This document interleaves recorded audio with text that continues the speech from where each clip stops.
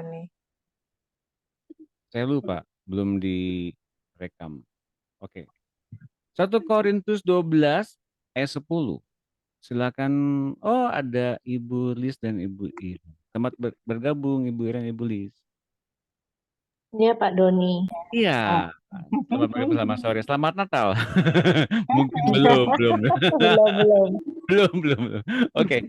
Saya minta Ibu Lis untuk baca. Terima kasih, Iya, Ibu Lis. 1 Korintus 12 ayat 10. Kepada yang seorang roh memberikan kuasa untuk mengadakan mukjizat. Dan kepada yang lain ia memberikan karunia untuk bernubuat. Dan kepada yang lain lagi ia memberikan karunia untuk membedakan bermacam-macam roh. Kepada yang seorang ia memberikan karunia untuk berkata-kata dengan bahasa lidah. Dan kepada yang lain ia memberikan karunia untuk menafsirkan bahasa lidah itu. Terima Amin. kasih Ibu Lis ya selalu ya. Ya, sama-sama amin. Oke, sebentar saya ini ada yang masih kurang sebentar. Ini, ya, oke, yuk kita mulai. Kita lanjutkan. Nah, teman-teman lihat ini. Tadi dikatakan bahwa karunia Roh Kudus itu, ya, pengelolaannya itu bergantung dari ketujuh roh Allah ini. Oke. Karunia Roh Kudus ini, ya, aktifnya, munculnya, yang ngaktifinnya siapa? Tujuh roh Allah ini. Bekerjanya oleh siapa? Ketujuh roh Allah ini. Lu bukan ketua oleh Roh Kudus, Pak. Nah, kita mungkin bingung ya. Dari Allah Tritunggal itu yang kerjanya siapa sebetulnya? Sebetulnya yang kerjanya memang tujuh roh Allah ini. Ya, tujuh roh Allah ini adalah em, seluruh kapasitas yang Allah miliki untuk membantu dia dalam bekerja dan berkarya bagi dunia ini. Salah satunya adalah ia juga mengaktifkan dan bekerja lewat karunia roh. Ya. Jadi ini tetap domainnya ini dari Allah Bapa juga. Tapi bagi kita sekarang, kita bisa mengerti karunia Roh Kudus ini diberikan oleh Roh Kudus juga, ya. Karena tanda hadirnya ada di situ, yaitu Roh Kudus dan karyanya sendiri. Tapi aktifnya, pekerjaannya, bagaimana diaktifkannya, ini berasal dari tujuh roh Allah pertama kali. Mari kita lihat ayat. Ada berbagai karunia, tapi satu roh. Jadi karunia 9 itu dikerjakan oleh satu roh, roh Allah itu, tujuh roh Allah itu ya. Ada berbagai pelayanan, tapi satu Tuhan. Ada pula berbagai perbuatan ajaib, tapi Allah yang sama, ya, juga yang mengerjakan semuanya dalam semua orang. Jadi mari kita lihat lagi ya dari apa yang pernah kita bahas, Allah itu mempunyai tujuh roh yang sama dengan Dia, berupa duplikatnya. Itu yang bahasa yang mudah kita mengerti ya. Mungkin duplikat ini juga mungkin terlalu terlalu sederhana sebetulnya. Tapi tujuh roh Allah itu semuanya sama pada tingkatan yang sama dengan Allah. Tujuh roh Allah itu adalah bukan Roh Kudus, tapi tujuh Allah itu adalah yang membuat dia ada di mana-mana alias omnipresent dan dia serba tahu, omniscience. Dan ia juga mengaktifkan salah satunya karunia roh dalam diri kita. Oke. Nah, bagaimana kita bisa mengerti hal ini? Maka kita dibantu oleh Roh Kudus yang mengerjakannya bersama-sama dengan kita. Oke, itu yang mudah kita mengerti ya, dengan bahasa yang mudah kita mengerti. Dalam 1 Korintus 12 ayat 7, kepada tiap-tiap orang dikaruniakan pernyataan roh apa? Roh Allah atau Roh Kudus. Sama ya. Untuk kepentingan bersama, sebab kepada yang seorang, roh, roh Allah atau Roh Kudus, memberikan karunia untuk berkata-kata dengan hikmat, dan kepada yang lain, roh yang sama, baik roh Allah maupun Roh Kudus sama, memberikan karunia berkata-kata. Oke, karunia berkata-kata dengan pengetahuan, marifat. Jadi berkata-kata dengan hikmat, berkata-kata dengan marifat itu yang mengerjakannya adalah Allah Bapa dengan ketujuh rohnya. Kepada yang seorang roh yang sama memberikan iman dan kepada yang lainnya memberikan karunia untuk menyembuhkan. Jadi mujizat yang sama. Ya, mujizat, marifat, iman yang mengerjakannya sebetulnya adalah Allah sendiri dengan ketujuh rohnya. 1 Korintus 12 ayat 10. Kepada yang seorang roh memberikan kuasa untuk mengadakan mujizat, dan kepada yang lainnya memberikan karunia untuk bernubuat, dan kepada yang lain ia memberikan karunia untuk membedakan bermacam-macam roh. Kepada yang seorang ia memberikan karunia untuk berkata-kata dengan bahasa lidah, dan kepada yang lain ia, perhatikan ya, ia memberikan karunia untuk menafsirkan bahasa lidah. Jadi dia yang mengaktifkan semuanya, yang mengerjakan semuanya. Allah dan ketujuh rohnya. Perhatikan bahwa roh Tuhan membuat Anda menjadi sederajat dengan Tuhan Yesus. Tanpa kontribusi kita, tanpa perbuatan kita. Saya boleh satu ilustrasi penting. Seperti begini teman-teman. Pak, apakah benar roh Allah itu menjadikan kita sederajat dengan Tuhan Yesus? Pada faktanya iya. Masa kita disederajatkan dengan Tuhan Yesus? Itu bukan inisiatif kita, itu inisiatif Allah. Karena Allah yang mau, bukan kita yang mau. Dan Allah yang mengadakan keinginannya itu tergenapi, bukan kita yang ingin. Jelas ya teman-teman? Oleh karena itu, mari kita lihat ini. Saya mau buka ini dalam satu ilustrasi. Kapan kita merasa jauh dari Tuhan? Siapa yang bisa jawab? Kapan kita merasa jauh dari Tuhan? Siapa yang bisa jawab? Ya, Mbak Evi. Biasanya kalau pada umumnya manusia itu ya Pak Doni, Ya. kalau kita sudah senang atau sudah menikmati kenikmatan, sudah pada umumnya tuh mereka bisa melupakan Tuhan dengan cara apapun. Oke. Misalnya ada di tempat kejayaan, ada di tempat kesuksesan, paling mereka akan melupakan Tuhan. Karena kedagingan manusia ya Pak Doni. Betul. Pada umumnya Bisa sih jadi. seperti itu Pak Doni. Bisa Pada jadi umumnya ya. seperti itu, iya. Ya, oke. Itu contoh yang baik, tepuk tangan buat Bu Elvi. Dalam satu kejayaan, keberhasilan mungkin kita lupain Tuhan. Bisa aja sih. Tapi ada lagi yang lain. Ya, ada yang bisa kasih contoh nggak? Kok jauh dari Tuhan ya? Kenapa ya? Rasanya kok jauh dari Tuhan? Siapa yang bisa kasih contoh yang lain? Tadi contohnya udah bagus. Kasih contoh yang lain ada lagi?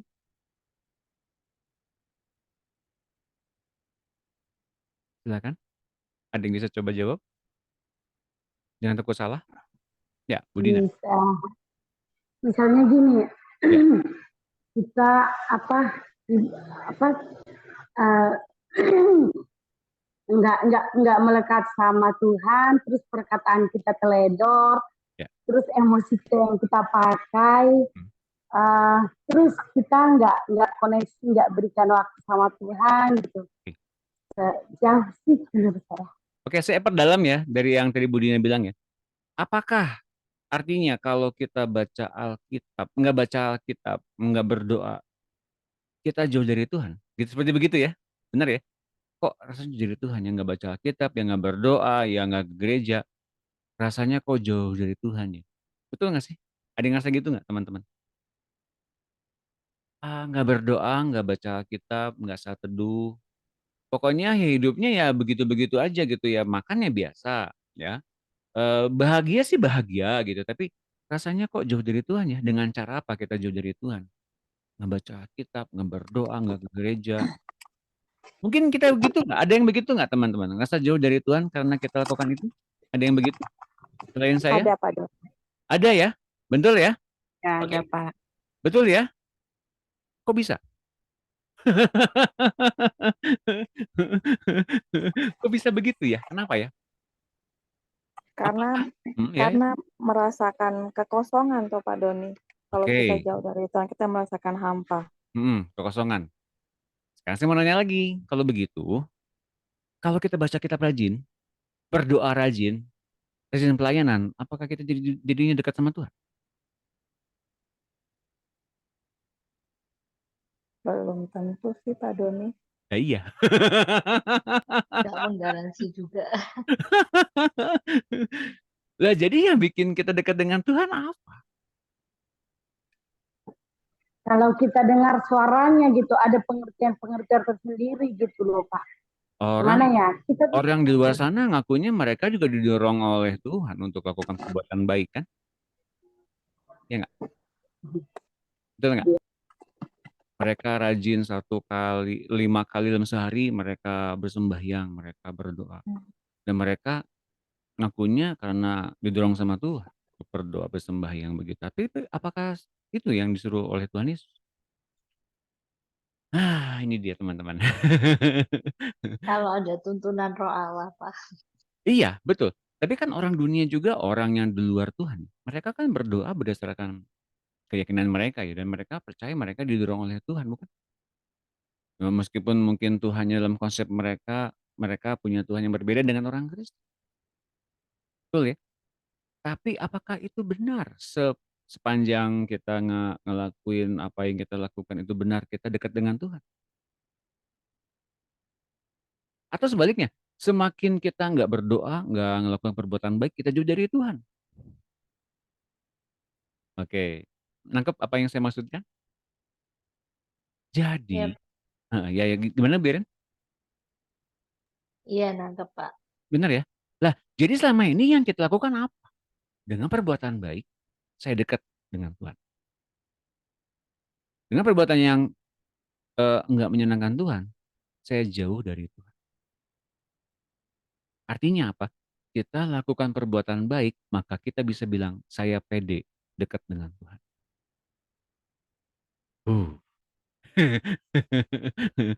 Apa kata kita tentang hal ini? Mari kita baca. Tepatnya ada dalam Alkitab ya. Mari kita lihat ayat. Terus terang ini perenungan saya loh dalam 1 minggu ini.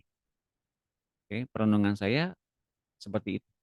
Dengan saya baca kitab, dengan saya beritain firman, dengan saya banyak chatting, dekat banget dengan Tuhan.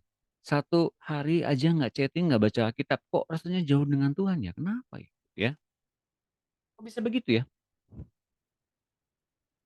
Eh, saya buka di kitab Roma, coba.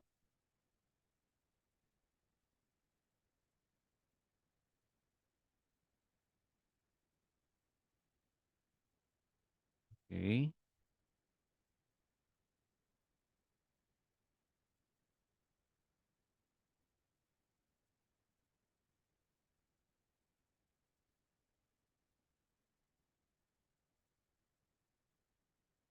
Nah, Roma 5 ayat 8. Ini kata Alkitab. Saya takjub sekali dengan apa yang tulis di sini. Saya besarkan ya. Roma 5 ayat 8. Akan tetapi Allah menunjukkan kasih-Nya kepada kita. Oleh karena Kristus telah mati untuk kita ketika kita masih berdosa. Kristus mengasihi kita. Kristus mati untuk kita. Ada orang benar mati untuk kita. Kok bisa? Kita nggak gitu kenal dulunya sama Tuhan Yesus. Tapi kok dia mati untuk kita? Dia mati untuk orang-orang yang dilahirkan kemudian setelah pada zamannya datang ke bumi. Oleh karena Kristus telah mati untuk kita ketika kita masih berdosa. Jadi selama ini kalau kita lakukan perbuatan-perbuatan yang salah, yang nggak benar, yang jahat gitu, ya, dia telah mati bagi kita loh. Dan ini satu perenungan yang dalam banget buat saya sebetulnya. Jadi sebetulnya yang diinginkan apa? Ya, selamat kitanya. Tapi kalau kitanya masih belum menerima keselamatan dari Tuhan, dengan kita hidupnya masih enak-enakan gini ya, seperti kedagingan muncul, jahat banget, nggak ngerti apa berbuat baik. Tapi kok dia tetap mau mati bagi kita? Kenapa? Karena iya, memang mengasihi kita. Oke. Tapi sebetulnya sejak eee, mau kuatnya berapa lama ia nungguin kita untuk kita akhirnya bisa bertobat? Nah, saya kasih tahu ya, selama yang dibutuhkan. Selama yang dibutuhkan. Tapi ia nggak kerja sendiri, tentu saja Tuhan Yesus itu nggak kerja sendiri. Yang saya ketahui adalah ia bekerja juga dengan Roh Kudus yang membuat kita insyaf akan dosa.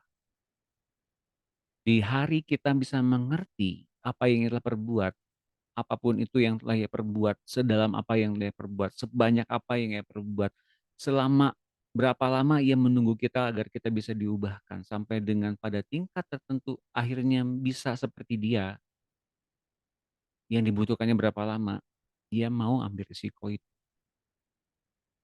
Asal kita mau diubah, asal kitanya nurut sama Roh Kudus. Tapi kalau ternyata kitanya tetap degil, bandel, nggak mau diubahkan terus-menerus, masih tetap kekeh dengan pendirian kita, ya, ya apa boleh buat? Apakah ada plan B nggak?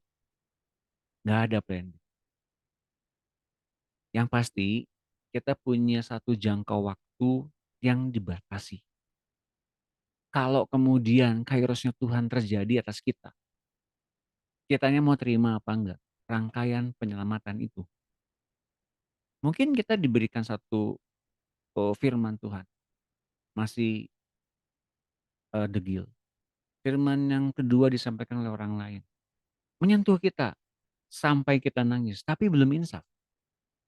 Dikasih waktu lagi sama Tuhan untuk menyampaikan kembali lewat firman-Nya lewat hamba Tuhan yang lain.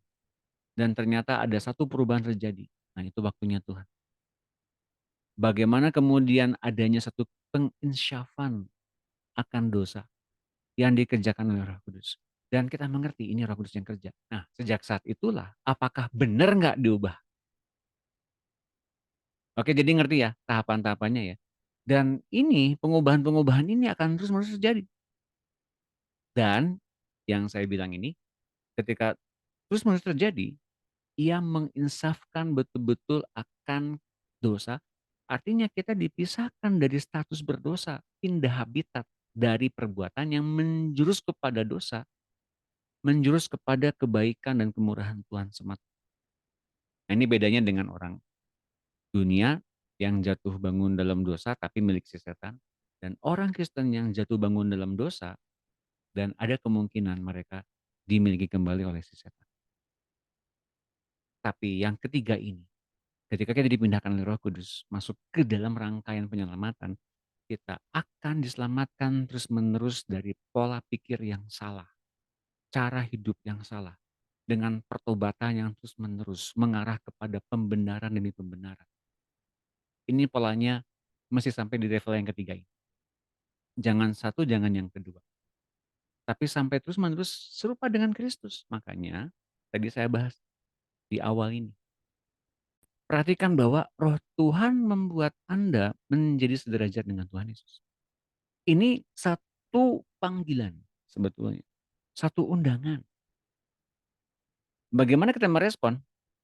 Ya, maka kita mesti ditolong juga oleh Roh Kudus agar kita insyaf betulan dari dosa.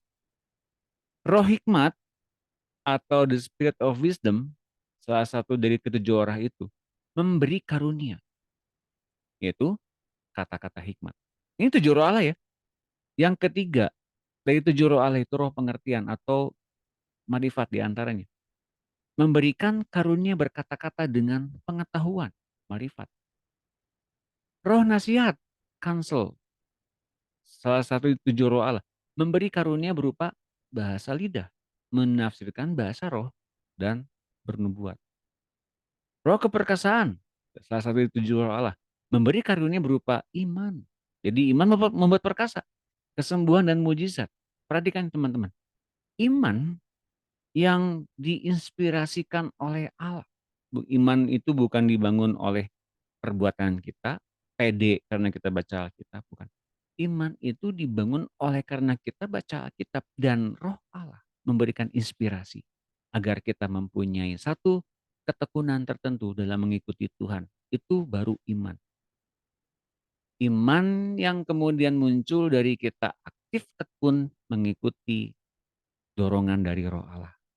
Salah satu dari tujuh roh Allah.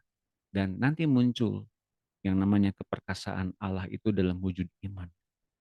Iman dalam menanggulangi semua hal-hal yang menjadikan kita kerdil. Dibalik, kitanya menjadi raksasa iman. Menantang semua hal-hal yang kerdil dalam pandangan Tuhan. Kesembuhan dan mujizat juga rangkaian apa yang dikerjakan oleh roh keperkasaan. Ya, dalam arti gini, ini yang mengerjakannya siapa? Allah sendiri, bukan kita.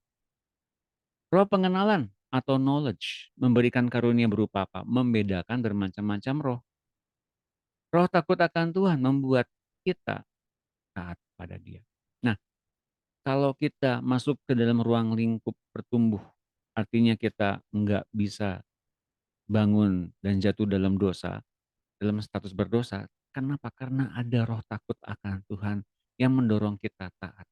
Ada inspirasi dari roh Allah agar kita bisa mentaati Dia terus-menerus tanpa ada kepleset sedikit pun juga.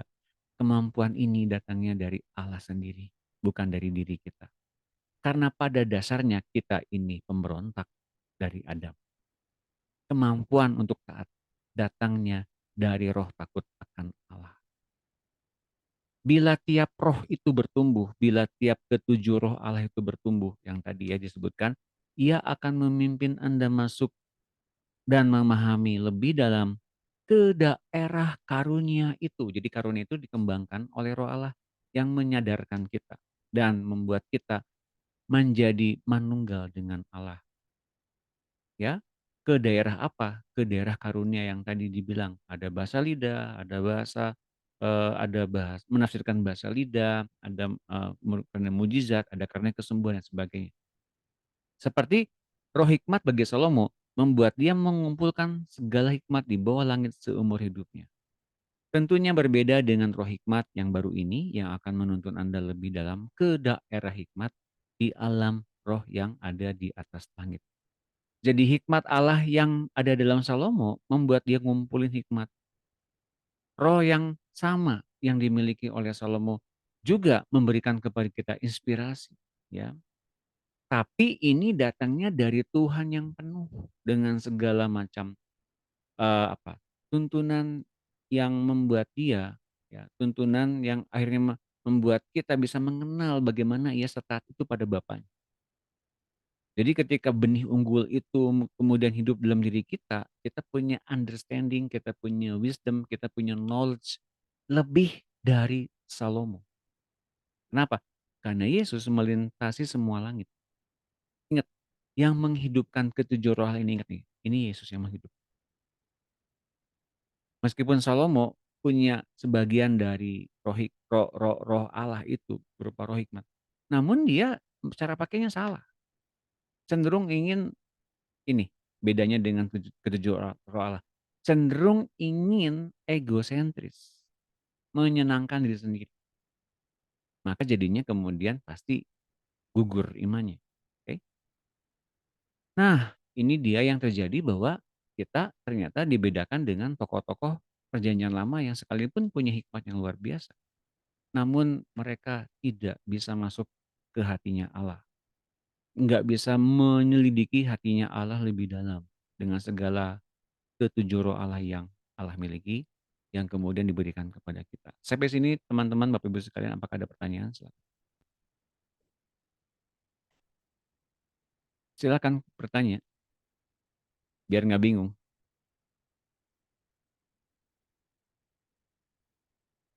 Silakan.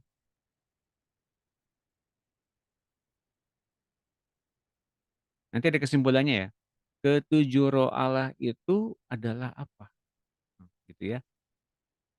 Adalah semua apa yang Allah miliki yang diberikan kepada Yesus pertama kali dan juga diberikan kepada anak-anak Allah yang menerima Yesus.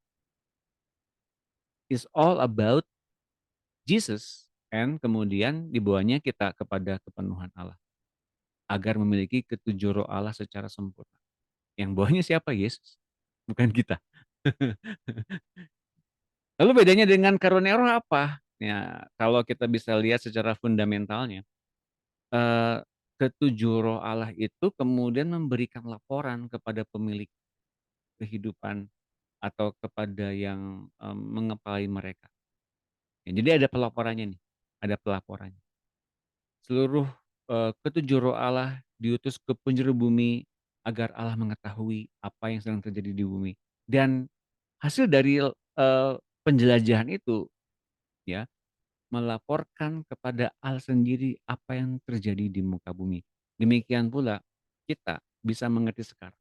Kalau kemudian kita kemudian sedang dibuat tidur ada kita mungkin datang ke kota-kota tertentu, ke negara tertentu, tapi kok rasanya seperti mimpi ya. Memang itu kemungkinan besar dibawa oleh ketujuh roh Allah untuk kemudian bersama-sama dengan roh Allah itu kemudian kita menjelajah ke bumi. Namun mungkin kita nggak bisa mengerti cara pakainya, cara kemudian pelaporan yang ada kepada kita seperti apa. Nah, makanya kemudian diberikan arti mimpi. Setiap arti mimpi diberikan pula ya oleh baik oleh Roh Kudus atau oleh Bapa sendiri. Oke? Kenapa bukan Tuhan Yesus, Pak? Nah, ini dia yang mesti saya kasih tahu juga. Bahwa dalam penjabaran lebih dalam tentang eksekusi, tentang mengerti firman, tentang mengerti kebenaran, praktek firman, rupanya yang diberikan wewenang lebih banyak adalah Roh Kudus dan Bapa Surgawi. Nah, pusatnya siapa? Ingat, pusatnya tetap dalam diri Tuhan Yesus. Kalau teman-teman mengerti tentang konsep ini tentang konsep ya, tentang kita memahami keberadaan diri kita dalam Allah. Maka kita bisa mengerti bagaimana Allah meninggikan Yesus agar semua orang jadi seperti Yesus. Ini yang Allah mau. Kalau orang semua jadi seperti Yesus, anaknya yang tunggal itu taat pada dia, maka Bapa sendiri kemudian akan mengambil alih orang itu agar ia yang seperti Yesus akan mengalami sepenuh Allah. Kita yang sepenuh Allah. Seperti Yesus yang sepenuh Allah ketika di bumi. Nah, ini yang membuat seseorang terangkat ke surga pada saat pengangkatan. Jadi kuncinya, pengangkatan itu adalah mengalami kepenuhan Allah lewat diri Yesus. Begitu teman-teman. Ada pertanyaan? Kesimpulan sementara nanti akan dibahas juga di bawah. Atau bingung? Siapa yang bingung ngacung? Pak Doni, Boleh silakan. Bu Yohana, bingung? enggak, gini, saya cuma mau bertanya Mau sedikit. bertanya? Boleh silakan. Enggak tahu bertanya atau enggak ya ini, tapi gini, kalau memang begitu, ini kan kalau dilihat dari fungsi tujuh roh Allah ini berarti semua berkaitan dengan dunia roh, gitu kan? Betul. Ya. Dan banyak sekali orang Kristen sebenarnya yang tidak hidup dalam dunia roh. Ya. Berarti orang-orang Kristen yang tidak hidup dalam dunia roh itu mereka tidak mengaktifkan tujuh roh Allah atau mereka hanya memiliki 4 roh Allah aja. Bisa jadi mereka punya 7 roh Allah, namun karena nantinya itu nggak diaktifkan lebih dalam, padam akhirnya, padam. Berarti sebenarnya ketika dia percaya dengan Tuhan Yesus dan dibaptis, mereka sebenarnya sudah diberikan ciptaan baru sebenarnya ya. Tapi karena itu tidak diaktifkan dalam mereka, berarti mereka hanya memiliki 4 roh Allah aja ya. Mereka punya 7 roh Allah, tapi lama-lama akan padam juga karena nggak aktif. Karena nggak aktif itu. Ya. Kenapa? Alasannya kembali ke manusia daging yang punya 4 roh Allah tadi. Oh, berarti kecenderungan manusia daging itu lebih kepada 4 roh Allah. Sedangkan yang tiga roh Allah berikutnya itu adalah bagian dari roh Allah itu sendiri yang seharusnya lebih dominan, begitu ya Pak? Betul, karena kemudian kalau kita bisa mengerti bahwa daging itu jahat, daging itu nggak mungkin taat pada Tuhan. Jadi roh takut akan Tuhannya padam, roh Tuhannya padam, roh pengenalan akan Tuhannya padam. Meskipun punya urapan, tapi tetap aja padam. Roh Tuhannya. Yang aktifnya siapa? Dirinya sendiri aktif. Makanya kalau kemudian kita sering dengerin aku, saya dibanding Tuhan, berarti itu orang yang aktifin kekuatan latihan jiwanya. Nanti akan dibahas di bab ini setelah ini. Oh iya, Gitu. Iya Pak Doni. Ya. Terima kasih. Terima ini kasih. dulu pertanyaannya. Ya, boleh. Ada lagi yang lain? Jadi betul ya operasionalnya di daerah wilayah roh. Kenapa? Karena disitulah habitatnya anak-anak Allah bergaul dengan Tuhan. Sesuatu yang ada di alam roh, di dunia roh, diaplikasikan yang ada di bumi ini. Makanya kita ngelihat Adam, makhluk rohani dari roh Allah, tapi kok diciptakan di bumi? Gitu, ngerti nggak teman-teman? Sebetulnya sejak awal kan begitu ya. Adam itu adalah roh Allah dalam wujud manusia, operasionalnya di bumi, tapi berdasarkan pimpinan roh. Makanya bumi dibikin seperti sorga.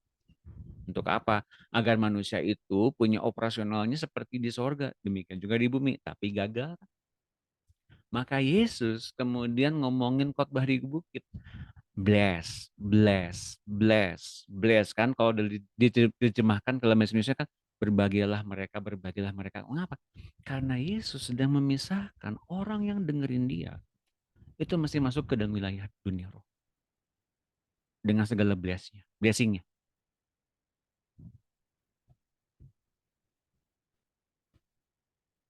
Gitu. Oh, ini di chat ya. Coba di chat. Oke, tapi kita mengerti tentang ketujuh roh Allah itu setelah kita ikut RTM, kita diberi pengertian padahal sudah lama jadi Kristen. Iya, makanya kemana kita didorong oleh Tuhan, kita akan bertumbuh, tentu saja. Jadi saya mau pastikan kalau teman-teman sedang didorong Tuhan untuk misalnya ikut persekutuan lain, ya ikuti apa yang Tuhan inginkan. Karena kita lagi didorong oleh Tuhan untuk masuk kepada kepenuhan Kristus. Saya nggak ngomong ini salah, silakan. Itu kan Tuhan yang punya kedaulatan dalam diri kita. Tapi yang saya inginkan adalah yuk bertumbuh, yuk berakar dalam Tuhan. Karena yang pasti adalah bagaimana Tuhan terbentuk dalam diri kita. Nah ini yang penting. Ya. Bagaimana akhirnya Tuhan terbentuk dengan indah. Ia sedang ingin hidup dalam tubuh jasmani kita dengan kepenuhan dirinya. Ini yang lebih penting. Bukan tentang siapa kita dan jabatan kita. Jelas ya? Mungkin kita masih senang pelayanan. Is okay, nggak salah. Tapi kelak kita akan temukan. Itu jebakan juga.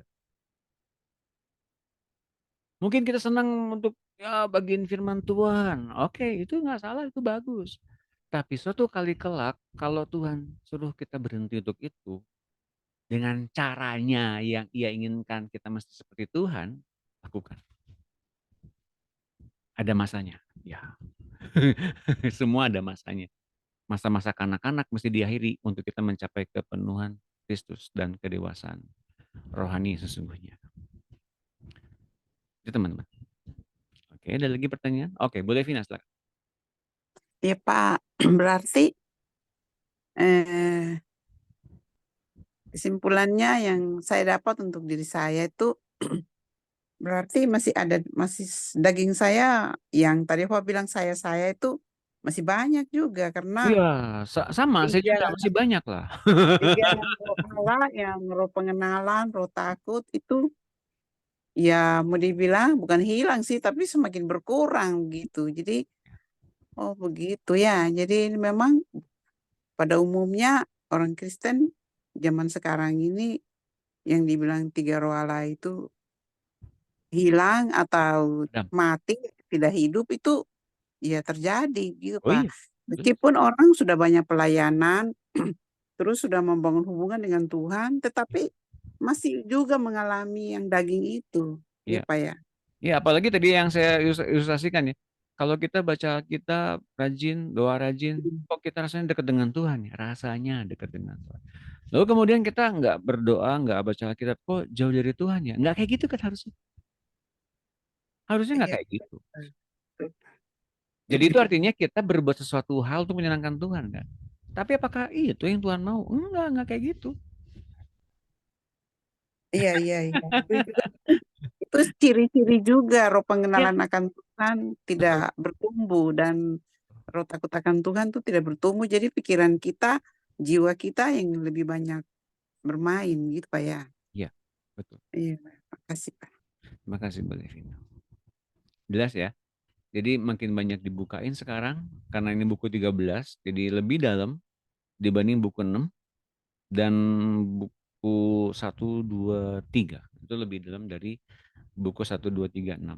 Buku 13 ini. Karena ini adalah finalnya sebetulnya. ya bagaimana kita mencapai kepenuhan Allah dalam diri Kristus. Saya habiskan dulu ya.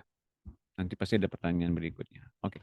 Kekuatan laten jiwa. Makanya kita bahas ini juga di buku 2. Pendalamannya di buku 13. Buku kecil yang ditulis oleh Watchman Nee. Ini Watchman Nee ini. Ada pertanyaan? Tentang yang tadi saya bagikan? Itu nggak direkam loh. Nah, memang ada saatnya bagi teman-teman yang datang memang saya hargai langsung ya karena memang ada konten yang nggak direkam yang sensitif jadi saya nggak masukin ke YouTube yang ini.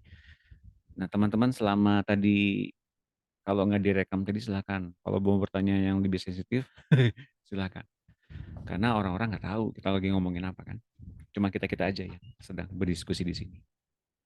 Oke nggak ada pertanyaan yakin saya lanjutkan terus. Oke, ini tadi kita ngomongin soal kekuatan latihan jiwa yang dibahas dalam buku Watchman Nee. Latent Power of the Soul mengulas tentang kekuatan jiwa yang tersembunyi dalam jiwa ini. Sebenarnya ini tak lain sedang membahas tentang 4 roh Allah, warisan Adam itu juga. Mesmerism, Franz Arnold Mesmer ya. Ini pernah kita bahas di buku 2.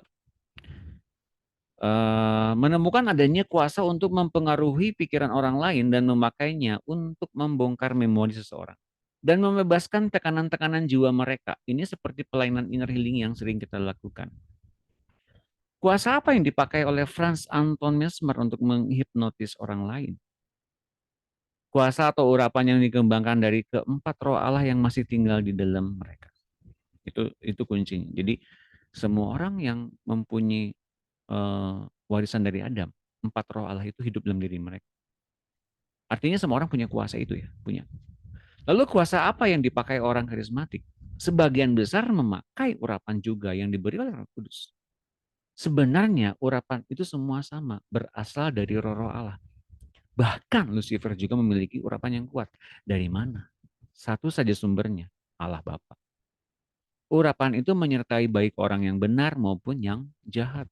Jadi orang-orang yang merindukan urapan mudah sekali tersesat di antara 3 sumber urapan. Bisa dari Tuhan, bisa dari kekuatan latihan jiwa, dan bisa juga dari setan-setan.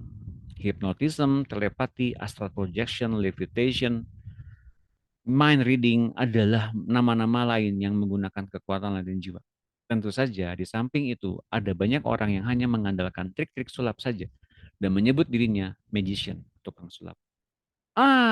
Mari kita baca dulu. Saya akan baca nanti. Saya mau liatin video ya boleh ya. Pengen tahu ini video terbaru saya ini, bukan video terbaru saya. Sebentar saya cari dulu videonya di mana.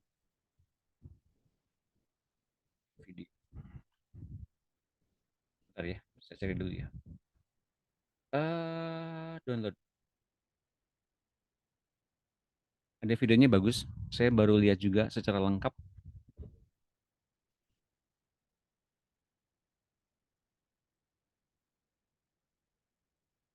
Kasih saya 1 menit untuk cari.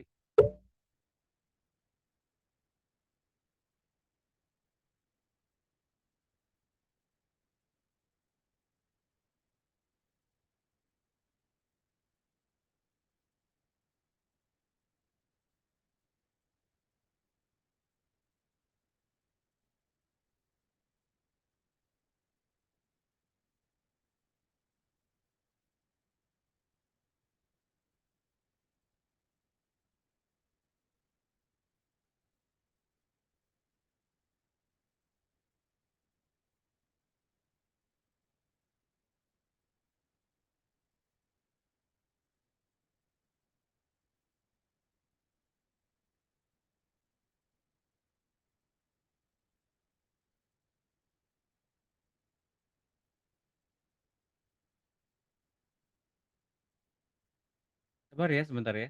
Mana ya?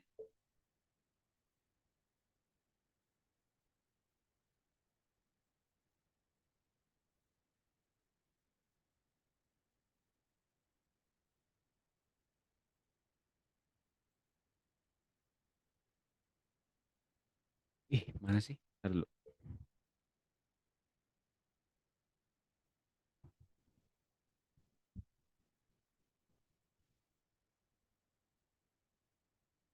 Ini kali ya.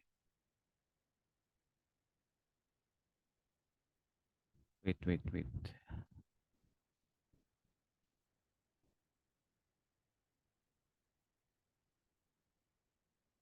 This is one person. This is the spirit of the person. Oh, this is bukan. who you really are. The inner part is Ini juga bukan juga yang sesuai dengan jadwal. Mari kita mulai. Mari kita berdoa. Ini bukan. Bapak, terima kasih sore ini. Ini dia.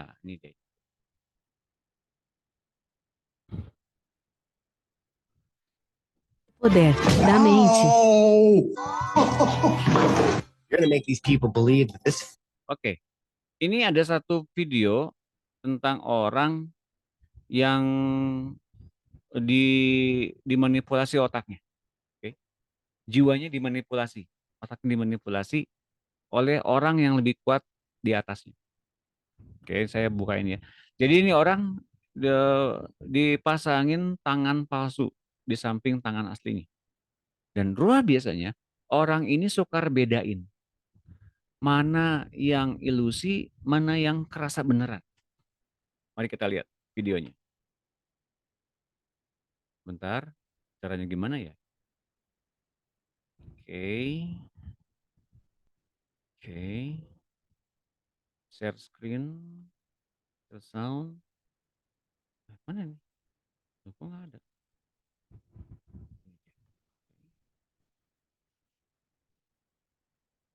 Kelihatan nggak?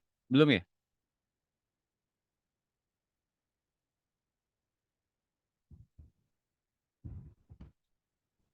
Sebentar. Kok muncul? Sebentar.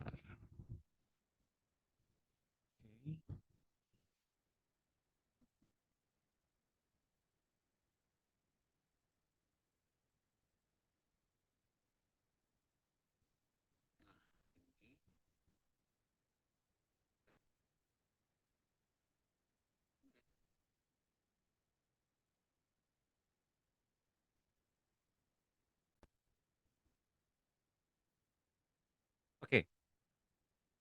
Mari kita lihat. Sudah muncul belum gambarnya?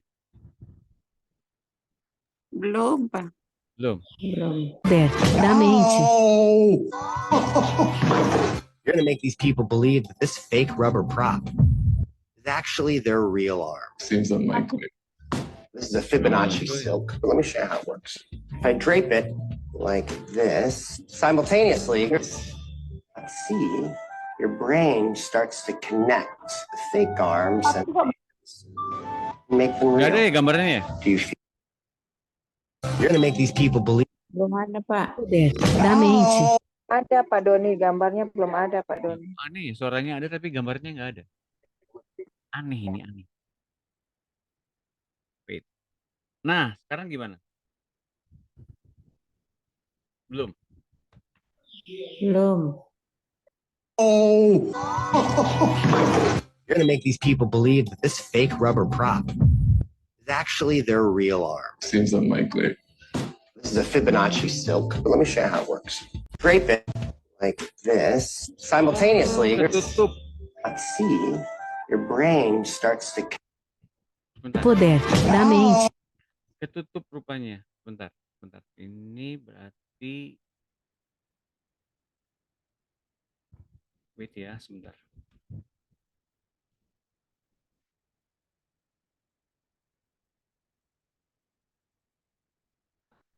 Sekarang bisa. Mudah-mudahan bisa.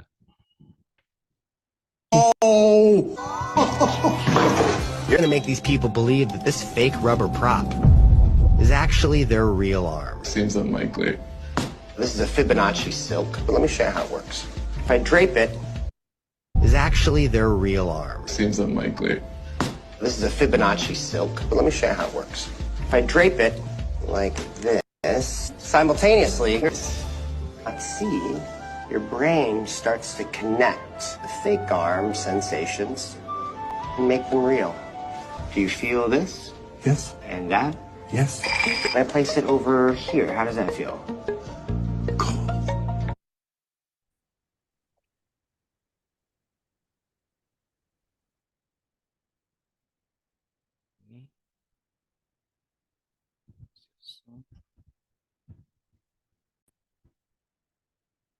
Nah, ini bisa sekarang.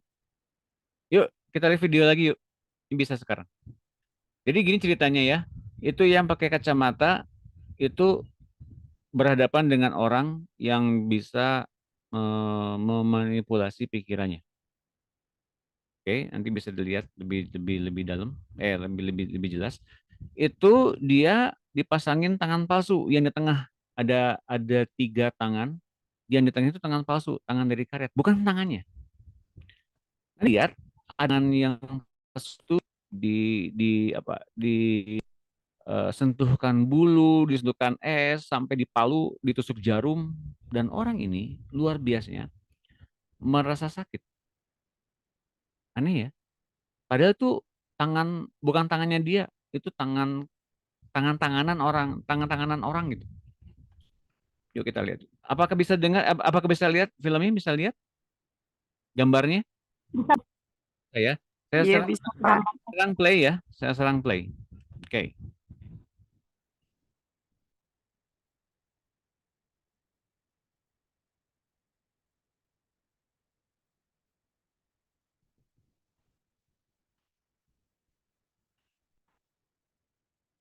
Malah nggak bisa diputar. Gimana sih? Lucu. Sudah ditunggu. Luar biasa nih. Oke. Nggak bisa putar. Ih.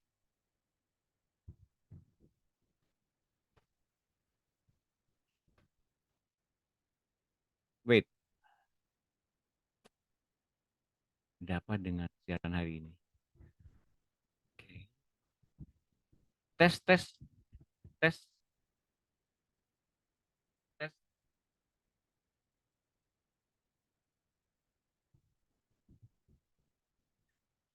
O poder da mente. You're gonna make these people believe that this fake Da mente. You're gonna make these people believe that this fake rubber prop is actually their.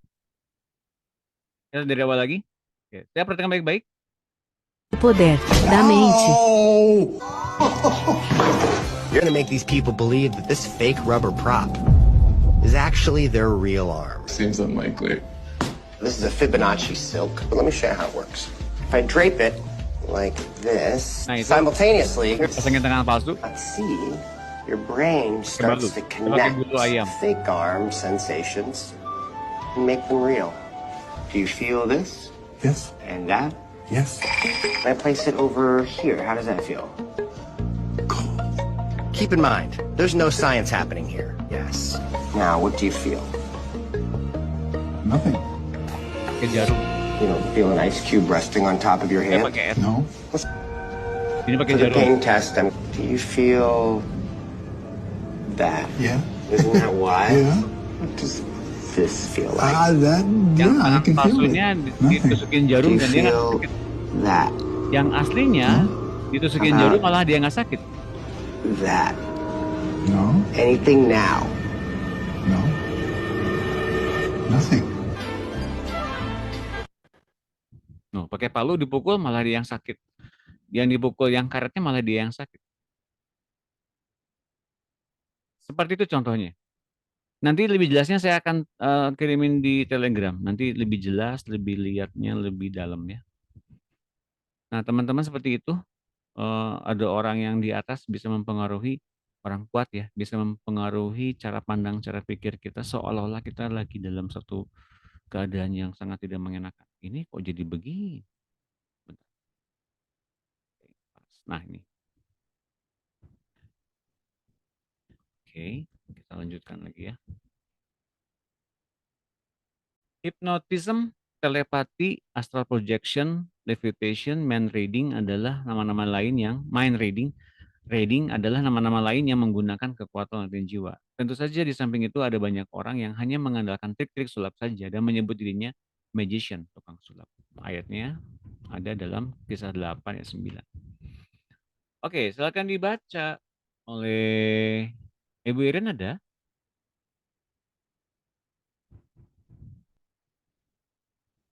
Iya, Pak. Terima kasih. Kisah 8 ayat 9. Tuh.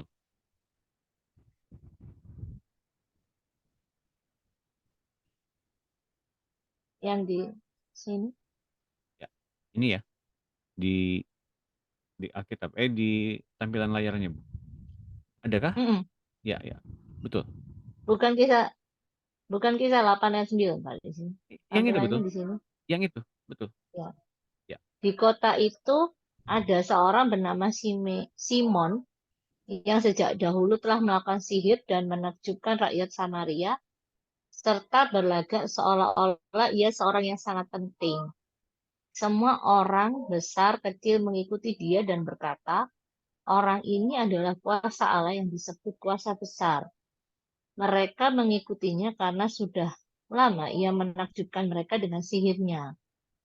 Ketika Simon melihat bahwa roh itu diberikan melalui penumpangan tangan rasul-rasul itu, ia menawarkan uang kepada mereka serta berkata, berikanlah juga kepadaku kuasa itu, supaya jika aku menumpangkan tanganku di atas seseorang, ia boleh menerima Roh Kudus. Ya, makasih Bu Irin. Sama-sama, Pak. Banyak bentuk praktek semacam ini di kalangan pengikut-pengikut Buddhism, Taoism, guru-guru Tao dari Thailand dan Taiwan. Macam-macam ilmu baru seperti Qigong, Reiki, tenaga prana, atau tenaga dalam, membuka cakra dengan melatih pernafasan, atau sering dengan ditolong seorang guru yang membuka 7 cakra tubuh manusia di daerah pusar itu ya. Sering saya jumpai orang kerasukan macam-macam roh karena pintu-pintunya terbuka lebar bagi segala macam roh yang tidak kudus lewat cakra-cakra yang terbuka itu. Ini kan istilahnya cakra yang terbuka ya. Dalam pengertian orang-orang pengikut Buddhism tahu ya, ini mereka mengikuti olahraga pernafasan diantaranya. Dan memang betul, itu bisa melatih tenaga dalam, tapi dengan membuka ketujuh cakra menurut bahasa mereka. Dan sebetulnya yang dibuka tuh apa? Celah jiwanya dibuka oleh berbagai macam roh-roh jahat karena memang mereka yang dibukain cakra itu, yang membuka dirinya sendiri itu, mereka sedang membuka diri kepada berbagai macam kemampuan roh-roh dalam dirinya, termasuk roh jahat. Ya teman-teman ya. Juga semua bentuk kesaktian orang-orang kejawen. Belian-belian dari Kalimantan, dan berbagai macam dukun dan kudu. Mereka mencoba segala macam kemungkinan dari keempat roh Allah yang masih tinggal dalam manusia itu. Jadi keempat roh yang dari Adam dibukain jiwanya mereka, dalam tanda kutip cakra-cakra mereka, agar mereka mempunyai kemampuan lebih. Yang masuknya siapa? Roh jahat. Sedang keempat roh Allah itu ternyata selalu tunduk kepada kehendak si pemilik. Nah, lihat ya.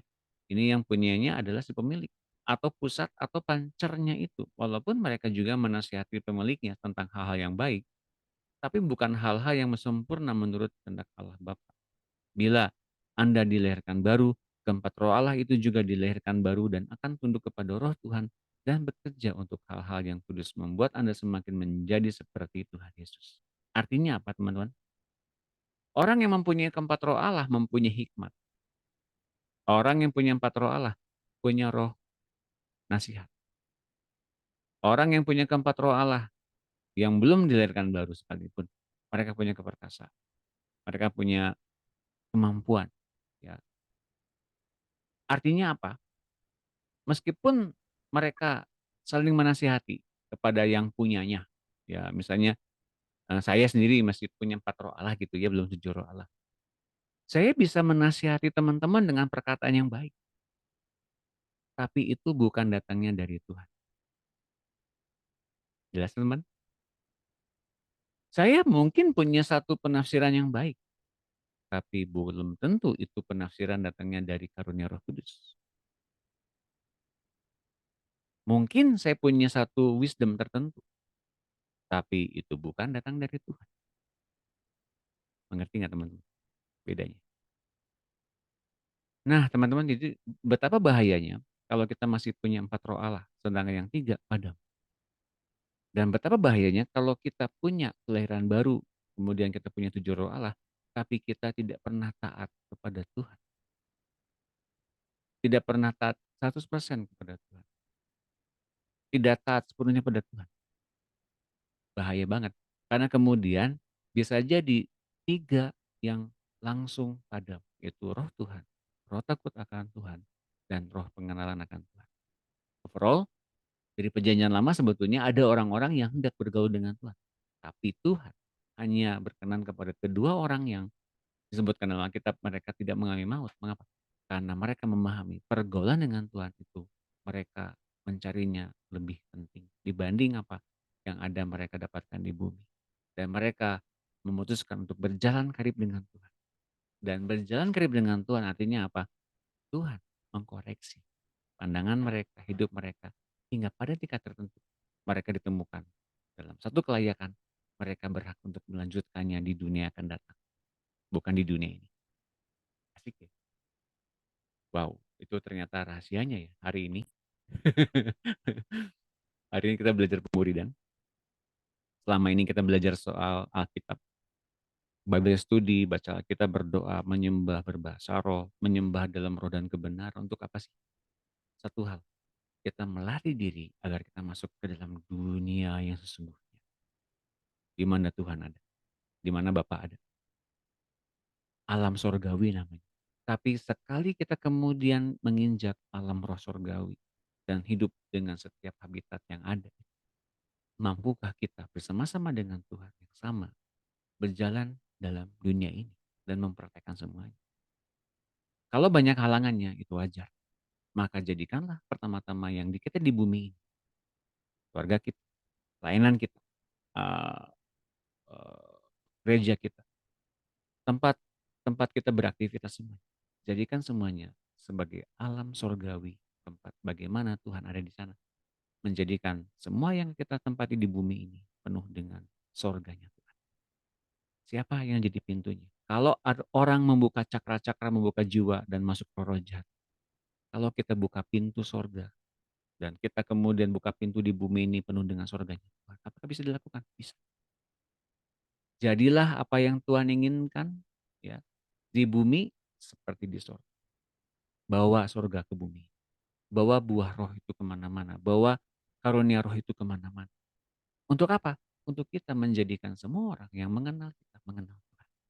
Bukan mengenal kita, ya, mengenal Tuhan. Kesaksian. Yang sudah sering saya alami adalah bahwa ketujuh roh Allah itu sering muncul dengan wajah saya dan menolong banyak sekali orang-orang lain yang perlu pertolongan. Di antaranya saya pernah bertemu juga dengan Pak Andreas. Waktu itu beliau sedang berendam, berendam, dan kemudian saya bertemu dengan beliau. Kemudian saya melihat banyak orang-orang dibaptis, nyemplung ke kolam-kolam itu, nyemplung ke kolam di mana kami sedang berendam, dan kemudian dia tersenyum melihat saya dan melihat orang-orang dibaptis itu. Lalu saya tanya, apa artinya ini? Kok nggak teman-teman yang dibaptis itu siapa waktu itu? Ke kolam-kolam itu? Saya kasih tahu sekarang ya. Yang kasih tahu sekarang, silakan buka kameranya. Pengen dapat, pengen tahu rahasianya? Siapa kayak itu yang masuk ke kolam-kolam?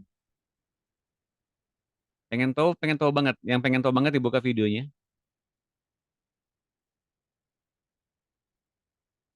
Yang belum tahu, yang nggak mau tahu, oh, saya bukain ya. Orang-orang yang masuk ke kolam-kolam itu dan dibaptis adalah orang-orang yang kemudian jauh hari setelah Pak Andreas berpulang ke rumah Bapak di surga, bertemu dengan Tuhan secara pribadi. Itu siapa? Teman-teman sekalian. Bu Devina, Bu Dina, Bu Itun, Bu Yohana, Bu Helvi, Bulan, Ibu Lies, Bu Iren, Bu Emi. Nah, saya artinya, mengapa ini kemudian diperlihatkan kepada saya? Gitu ya. Ya karena ini dibaptis betulan. Mengalami kesadaran bagaimana Pak Andreas itu ngalami sendiri pertama kali, dan dia lonely. Saya kasih tahu ya, dia lonely Bang. waktu itu. Siapa yang ngerti pelajaran ini?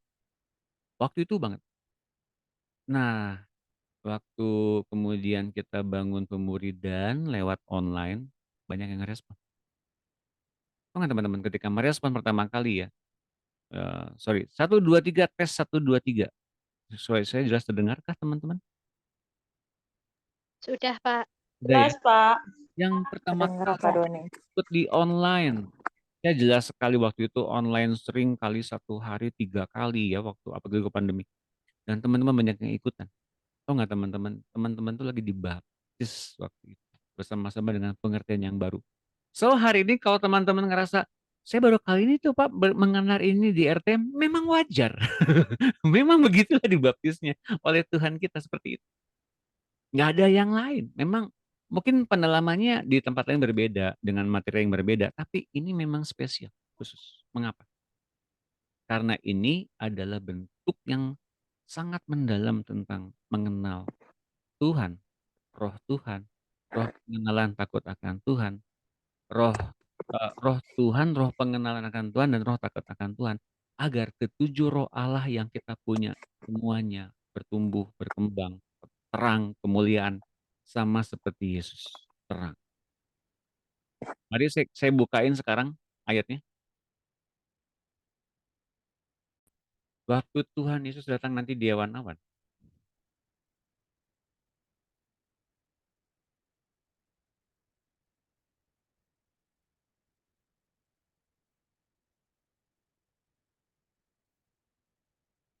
Menerangi. Ini di Petrus ya.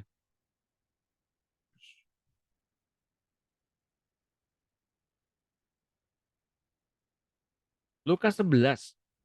Lukas 11 bukan Petrus. Matamu adalah pelita tubuhmu.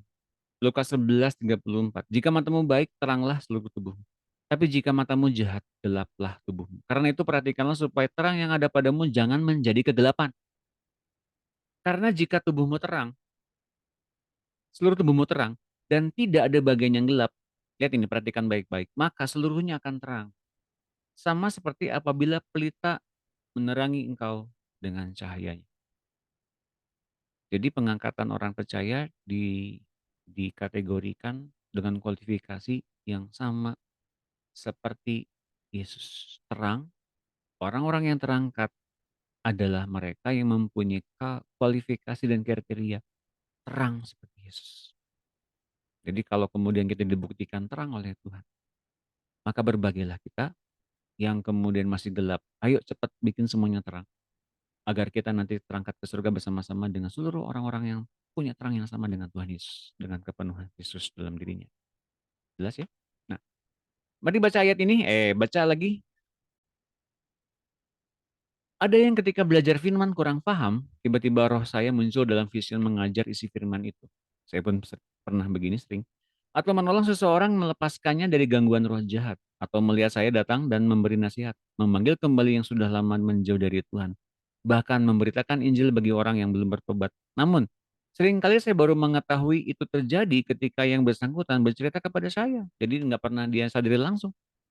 Saya bertanya kepada Bapak, mengapa saya sendiri tidak mengerti bahwa roh saya pergi ke sana kemari? Dia menjawab, nanti bila sudah sering terjadi, kamu akan menjadi cukup sensitif mendengar laporan-laporan ketujuh roh Allah itu, sehingga lengkap. Saya menjadi hadir di mana-mana dan mengetahui apa-apa di sekitar saya, seperti Tuhan Yesus dengan ketujuh roh Allah.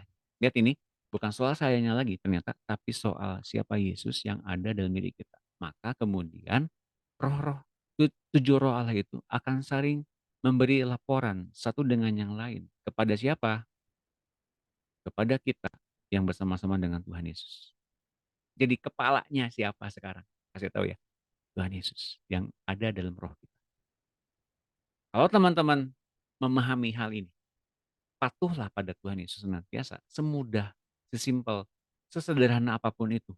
Cepat nurut, maka kemudian yang jadi melaporkan diri kepada kita adalah ketujuh roh Allah yang sudah berkelana kemana-mana dalam kita ngalamin dunia roh. Kita akan menerima langsung laporan itu. Kepada siapa? Pada Yesus. Dan Yesusnya kemudian melaporkan kepada kita. Maksudnya berdiskusi. Kamu tahu nggak ini ya, apa yang sedang terjadi di dunia ini? Apa yang sedang terjadi di dalam kota ini yang sedang aku kunjungi. Ya, teman-teman, ia akan memberikan pengertian-pengertian yang baru. Itu artinya ia sedang melaporkan. Ketujuh roh Allah sedang melaporkan situasi dan kondisi tertentu kepada kita hari-hari.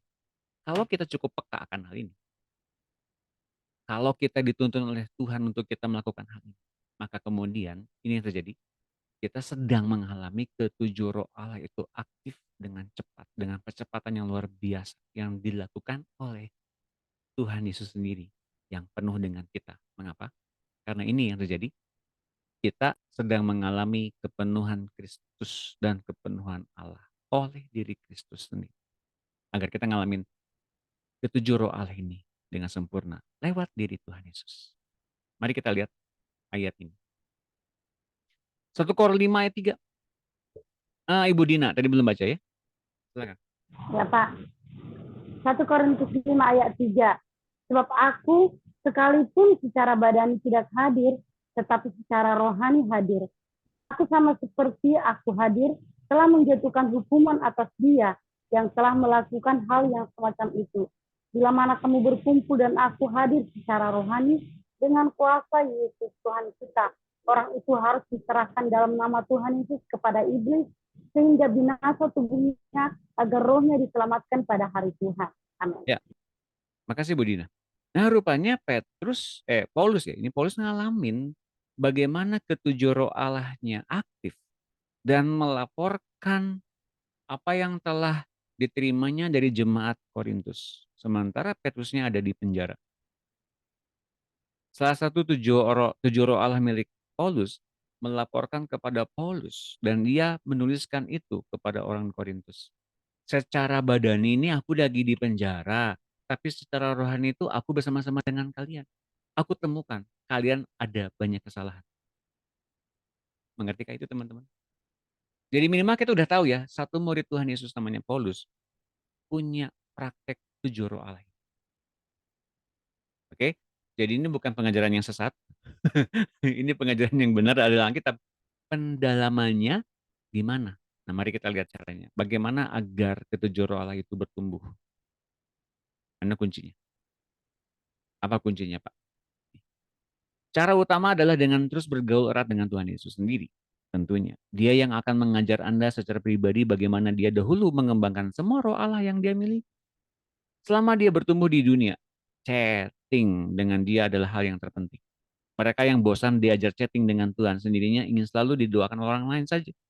Tidak bertumbuh dalam segala bidang, seperti bayi yang ingin dilayani dan dirawat terus tanpa mampu melayani dunia ini sebagai terang dunia. Yohanes 6 ayat 63. Jadi chatting dengan Tuhan Yesus ya. Tukar hidup dengan Tuhan Yesus. Terus menerus sampai Tuhan datang yang kedua kali. Oke, silakan Ibu Levina, belum baca ya? Iya Pak. Terima kasih. Yohanes 6 ayat 63. Rohlah yang memberi hidup, daging sama sekali tidak berguna. Perkataan-perkataan yang kukatakan kepadamu adalah roh dan hidup. Jadi Yesus sendiri, makasih Bu Levina, Yesus sendiri mentransfer rohnya. Ia memberikan kehidupannya, ia memberikan kepada kepenuhannya, memberikan kepada kita kepenuhannya. Jadi tanpa sadar sebetulnya ketika kita chatting, kita mengalami kepenuhan hidup, ganti hidup kita. 1 Petrus 2 ayat 2. Dibaca kembali oleh Ibu Emi, silakan. Apa tadi Pak? 1 Petrus 2 ayat 1 Petrus 2 ayat 2. Jadilah sama seperti bayi yang baru lahir, yang selalu menginginkan air susu yang murni dan rohani, supaya olehnya kamu bertumbuh dan beroleh keselamatan. Jika kamu benar-benar telah mengalami bahwa Tuhan itu baik. Terima kasih, Bu Emi. Selanjutnya, Efesus 4 ayat 15. Oke, kembali ke Ibu Lan. Ibu, benar ya? Ibu Lan ya? Pertama kali tadi. Terima kasih. Efesus 4 ayat 15. Sebaliknya dengan teguh berpegang kepada kebenaran di dalam kasih. kita bertumbuh di dalam segala hal ke arah Dia, Kristus yang adalah kepala. Amin. Ya, terima kasih Bulan. Jadi buku 13 ini dan ketujuh roh Allah yang menginspirasi ke seluruh pekerjaan Roh Kudus atau pekerjaan Tuhan Yesus sekalipun, ini bertumpu titik beratnya adalah tentang kepenuhan Kristus, tentang siapa Yesus, tentang bagaimana apa yang telah Tuhan kerjakan dalam diri kita. Dan kita mengerjakannya bersama-sama dengan Tuhan Yesus. Ia yang penuh duluan, ia membawa kita kepada kepenuhannya, dan ia kemudian membawa kita kepada kepenuhan Allah. Ini yang terjadi dalam buku 13 ini. Nah, kemudian lihat ini. Proses pertumbuhannya seperti apa? Tergantung benih apa yang ditanam. Perhatikan ini teman-teman. Kalau kita mau tumbuh dan berbuah besar, perhatikan benih apa yang ditanam dalam diri kita. Karena benih apa yang ditanam dalam diri kita akan bertumbuh dan berbuah besar dan lebat.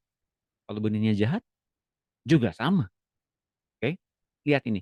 Kita lagi ditanam oleh benih apa? Ditumbuhkannya seperti apa? Bertumbuhnya nanti akan seperti apa? Bergantung dari benih yang ditanam. Baik itu setiap yang baik, yang ilahi, ataupun yang jahat. Ya teman-teman, hati-hati nih. Baik itu 4 roh Allah, sekalipun meskipun tampaknya baik, tapi itu daging, akan mengarah kepada apa? Pada kebinasaan. Lihat ini teman-teman, benih yang ditanam dari Adam, berakhir kepada kebinasaan. Demikianlah seorang petani akan menuai hasil pertumbuhan benihnya. Bila benihnya adalah Tuhan Yesus, maka ketujuh roh Allah itu akan semuanya bertumbuh juga semuanya. Hanya ketidakpercayaan yang membuat semuanya bantet dan tidak bertumbuh. Ketidakpercayaanlah yang kemudian membuat ketujuh roh Allah itu nggak bertumbuh, bahkan menjadi kembali daging. Ya, Markus 4 ayat 26. Kembali ke Ibu Dina. Silakan.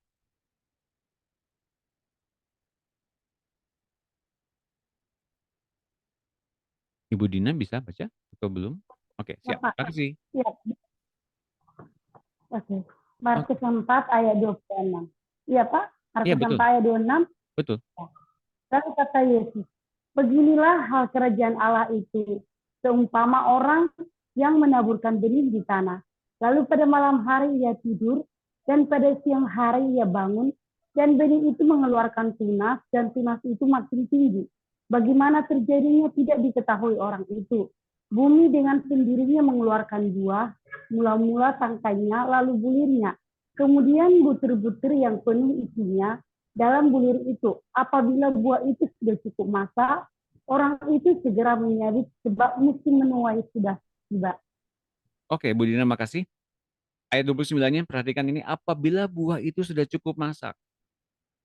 Dimasak dari mana? Maksudnya bukan dimasak. Buah itu sudah masak karena apa? Karena ada yang menumbuhkannya. Siapa yang menumbuhkannya? Ya kita berharap Tuhan. Tapi kalau kemudian yang ditumbuhkannya adalah benih jahat, yang numbuhnya siapa? Ya si jahat. Oke, benih yang jahat, menumbuhnya si jahat akan tumbuh besar, matang, hasilnya jahat semua. Benih ilahi yang numbuhinya Allah memang Allah, yang menanamnya Allah, yang menyiramnya juga Allah, yang memberi pertumbuhannya Allah, tentu saja akan keluar menjadi Kristus. Kedua-duanya kalau udah cukup masak akan disabit. Arahannya kemana kalau disabit yang jahat? Kepada kebinasaan. Ya kalau udah matang, yang sabitnya yang mana? Yang kematangannya berbuah lebat ya. Oleh karena itu orang yang buah lebat cenderung Tuhan akan tuntun untuk melayani. Menjadi terang dunia. So kita udah belajar di retret kemarin bagaimana kita menjadi terang dunia. Aktifkan itu dengan 7 orang yang kita punya. Karena yang menumbuhkannya bukan kita, tapi Yesus dan Bapa Surgawi sendiri. Teman-teman begitu ya. Nah, ayat berikutnya Yohanes 8:31. Kembali ke Ibu Yohana, boleh? Iya, Pak Doni. Terima kasih. Yohanes 8 ayat 31. Maka katanya kepada orang-orang Yahudi yang percaya kepadanya, jikalau kamu tetap dalam firman-Ku, kamu benar-benar adalah murid-Ku, dan kamu akan mengetahui kebenaran, dan kebenaran itu akan memerdekakan kamu. Ya, terima kasih Bu Yohana. Ya, Pak. Jikalau kamu tetap dalam firman-Ku. Mengapa dia bilang tetap dalam firman-Ku? Karena orang-orang Yahudi, mereka dulunya adalah orang-orang yang memegang tradisi agama Judaism. Tapi sejak mereka menerima Yesus, melihat Yesus, menerima perkataannya, Tuhan bilang, menyaring kembali, ya, menyaring dan memfilter mereka. Siapakah yang benar-benar tetap dalam firman? Kamu disebut sebagai murid. Dan kamu, karena kamu murid, kamu tahu kebenaran. Dan kebenaran itu memerdekakan kamu. Jelas teman-teman? Jadi enggak semua orang dimerdekakan oleh Tuhan. Mengapa? Karena enggak semua orang jadi murid. Mengapa enggak semua orang jadi murid? Karena enggak semua orang pegang prinsip firman. Mengerti? Simple. Tapi ngaruh kepada pertumbuhan. Gitu teman-teman. Nah di pemuridan, saking kita ngedalami banget ya. 1-13 kita ngerti banget apa itu prinsip. Tinggal kita arahkan kepada pergaulan dengan Tuhan. Jadi bukan Taurat semata, bukan aturan semata, jangan berdosa, mesti sempurna, mesti pelayanan gitu, bukan. Bawa ke dalam ngalamin Tuhan. Bawa ke dalam pergaulan yang karib dengan Tuhan. So, kita masih ngerasa kedagingan, betul. Kita masih jauh dari Tuhan, betul. Kita masih ngerasa berdosa, betul. Itu natural. Tapi arahin kepada pergaulan Tuhannya.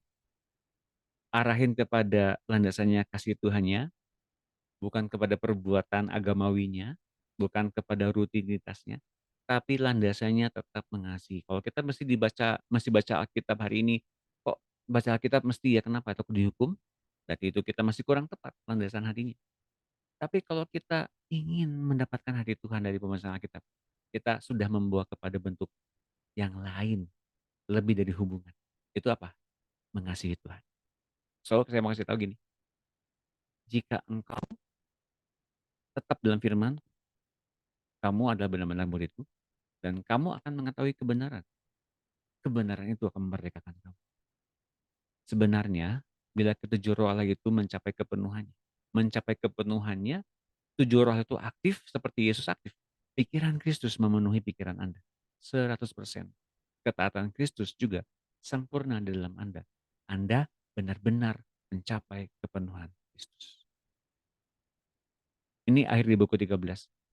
Bagaimana kita mencapai kepenuhan Kristus? Baca lagi dari buku 13 sampai ke buku 1. Nanti saya akan buka metode FFG yang baru. Praktek ngajar.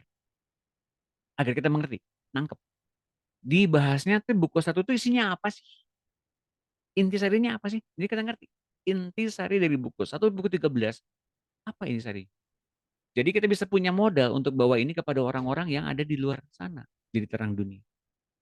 So, pemuridan bukan soal sekolah, tamat belajar, dapat piagam gitu ya, bukan. Tapi bagaimana numbuhin kepenuhan Kristus dalam tubuh jasmani kita. Tepuk tangan semuanya. Oke, sampai sini ada pertanyaan? Buku 13 beres. Oke, silakan Bu Yohana. Begini, berarti secara kesimpulannya bahwa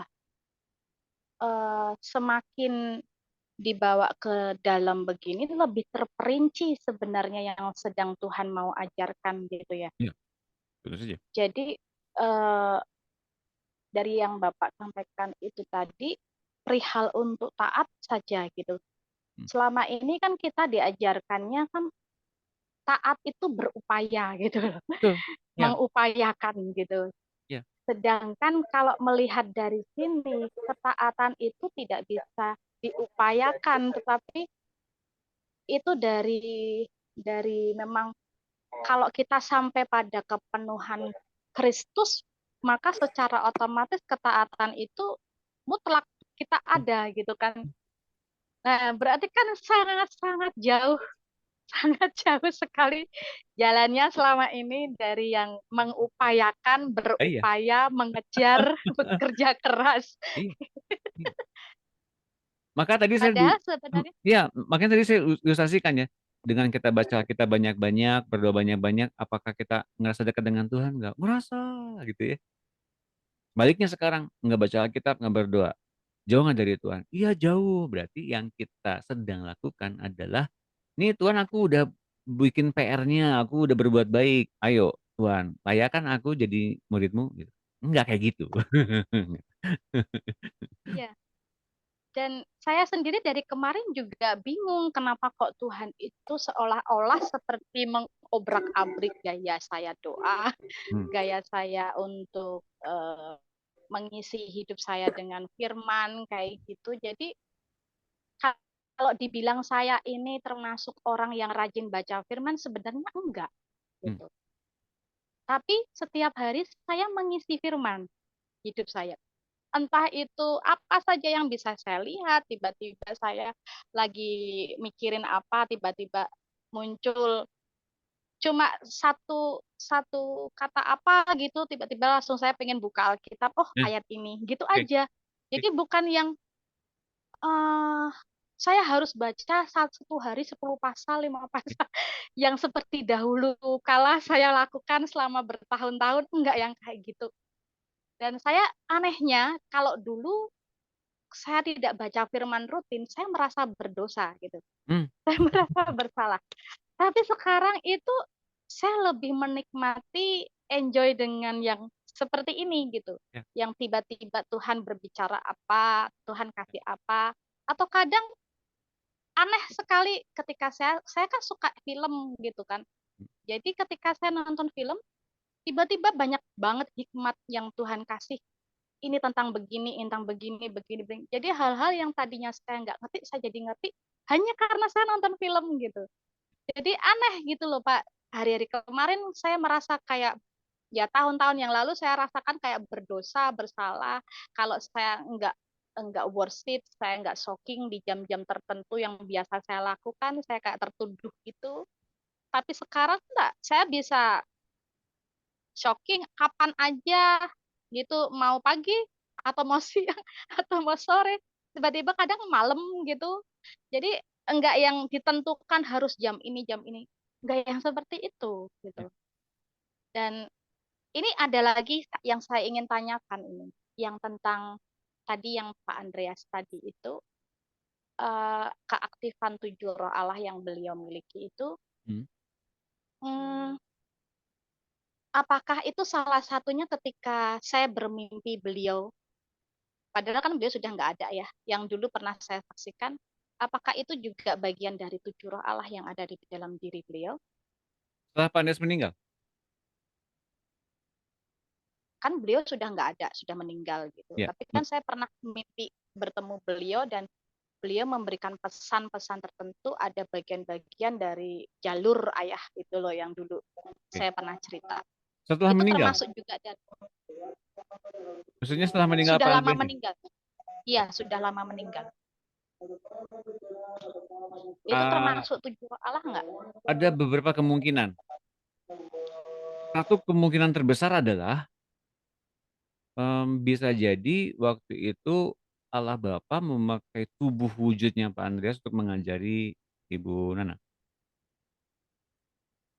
Oh begitu. Sangat besar kemungkinan yang pertama itu. Yang kedua, atau Ibu Nana pergi ke sana bertemu dengan Pak Andreas. Saya yang pergi ke sana bertemu Dengan Pak Pak Andreas. Ya di satu tempat di Firdaus, ketemu dengan Pak Andreas. Nah, makanya ini bergantung di situasi apa, mimpi seperti apa yang Ibu Nana lebih dalam konteks seperti apa yang lagi dialami. Jadi itu bergantung dari itu. Jadi, Antara jadi dua itu. mimpinya itu saya itu kayak bertemu orang-orang yang sudah meninggal, tapi saya nggak kenal, gitu kan?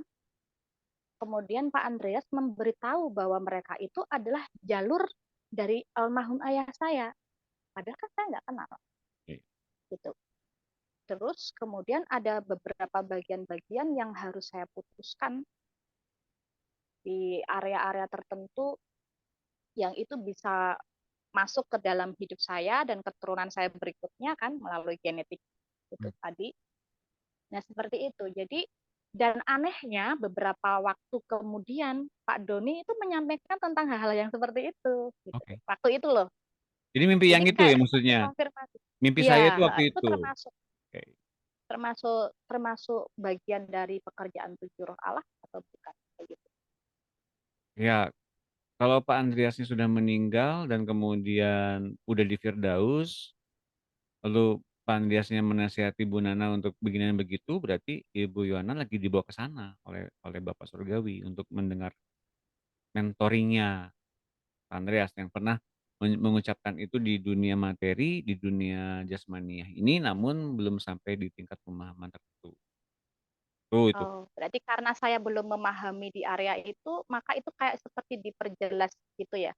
Ya, juga Cara dibukain juga tentang dunia orang matinya, yang which is sebetulnya itu adalah spesialisasi beliau. Seperti begitu. Iya. Ya, Iya. seperti begitu. Betul. Jadi Oke. yang tadi saya bilang kemungkinan yang kedua. Jadi kitanya lagi dibawa ke sana, bukan Kita tentang yang dibawa ke iya, iya. bukan tentang 7 roh Allahnya. Tapi bisa jadi 7 roh Allah yang dimiliki oleh Bu Nananya memang salah satunya sedang ke sana. Gitu loh. Ngerti? Oh, Jadi kalau bukan 7 roh Allah milik Pak Andreasnya saja, tapi justru ke sayanya ya. ya, di antaranya begitu. Karena ini saya juga ngalami yang aneh juga, Pak. Jadi kayak 2 hari yang lalu itu sebenarnya sih ini bukan yang pertama. Ya. Tapi saya rasa perlu untuk saya cerita gitu karena kadang itu saya kalau pas doa lebih dalam gitu ke hadirat Tuhan gitu, Tuhan itu bisa bawa saya untuk berdoa seseorang yang tidak saya kenal. Nah, kemarin itu saya diperlihatkan wajah orang kulit hitam. Satu orang kulit hitam. Seperti orang Nigeria gitu. Dan saya kan nggak kenal orang tersebut gitu. Namanya siapa dia nggak tahu. Tapi di dalam roh saya ini ketika saya cuma gini, Tuhan kok wajah dia saya nggak kenal gitu kan. Saya mau doa apa gitu kan maksudnya gitu. Tapi saya tidak berdoa secara bahasa Indonesia biasa begini. Saya pakai bahasa roh gitu. Dalam saya berdoa berbahasa roh itu ada sesuatu yang saya rasakan di hati saya seolah-olah saya sedang merasakan apa yang dia rasakan. Ya. Saya bisa nangis untuk orang ini, padahal tuh bahasa roh dan saya nggak ngerti saya doa apa itu, gitu.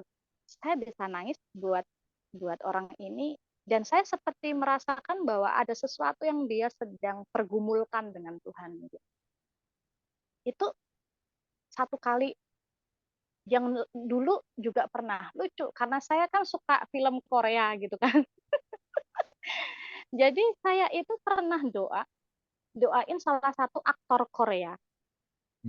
Dan saya nurut aja gitu. Ternyata beberapa hari kemudian ini aktor terkena gosip tertentu gitu. Jadi gosip miring lah ibaratnya seperti itu. Dan semua masyarakat Korea dan penggemar-penggemar di seluruh dunia itu banyak yang menghujat dia. Oke, terusin ya, Ibu Nan terusin ya. Saya sambil dengerin lewat HP saya ya. Ada yang. Oh ya. Terusin. Saya mesti dengar kok. Oke. Terus. Ya saya cuma taat aja sebenarnya saat itu. Saya cuma berdoa untuk aktor ini gitu. Dan beberapa hari kemudian saya lihat gosipnya seperti itu. Baru saya ngerti, oh dia sedang ngalami ini ternyata gitu. Sesuatu yang saya tidak pernah bayangkan, saya nggak pernah ngerti gitu. Karena saya saat itu kan juga lagi lihat filmnya dia gitu. Saya sampai gini Pak, apa ini gara-gara saya nonton filmnya gitu kan. Tapi setelah beberapa hari kemudian muncul gosip miringnya dia itu, baru saya ngerti, oh ini ya Tuhan. Gitu. Jadi memang gimana ya? Saya juga merasakan keanehan ini gitu. Tapi saya cuma belajar taat aja. Kalau biasanya untuk doa melihat seseorang itu kan biasanya lebih banyak yang saya kenal gitu kan, orang-orang yang saya ketemu entah mungkin di gereja atau di persekutuan atau di mana-mana. Tapi beberapa kali ini saya justru berdoa untuk orang-orang yang saya nggak kenal gitu, saya nggak paham dia orang yang seperti apa gitu. Dan itu yang kadang saya ngerasa, Tuhan, apakah ini ya yang dulu kan saya pernah dengar Pak Andreas pernah menyampaikan kita bisa dibawa Tuhan berdoa untuk berkeliling seluruh dunia gitu kan. Beliau pernah sampaikan begitu.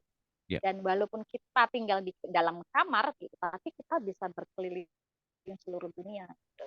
Kita bisa berada di tempat mana gitu. Dan saya merenungkan apakah ini memang bagian dari yang Bapak sampaikan tadi, 7 roh Allah itu yang sedang Tuhan kerjakan untuk ya yang seperti Pak Andreas pernah ajarkan dulu, bahwa roh kita ini bisa dibawa kemana untuk berdoa, untuk apa gitu.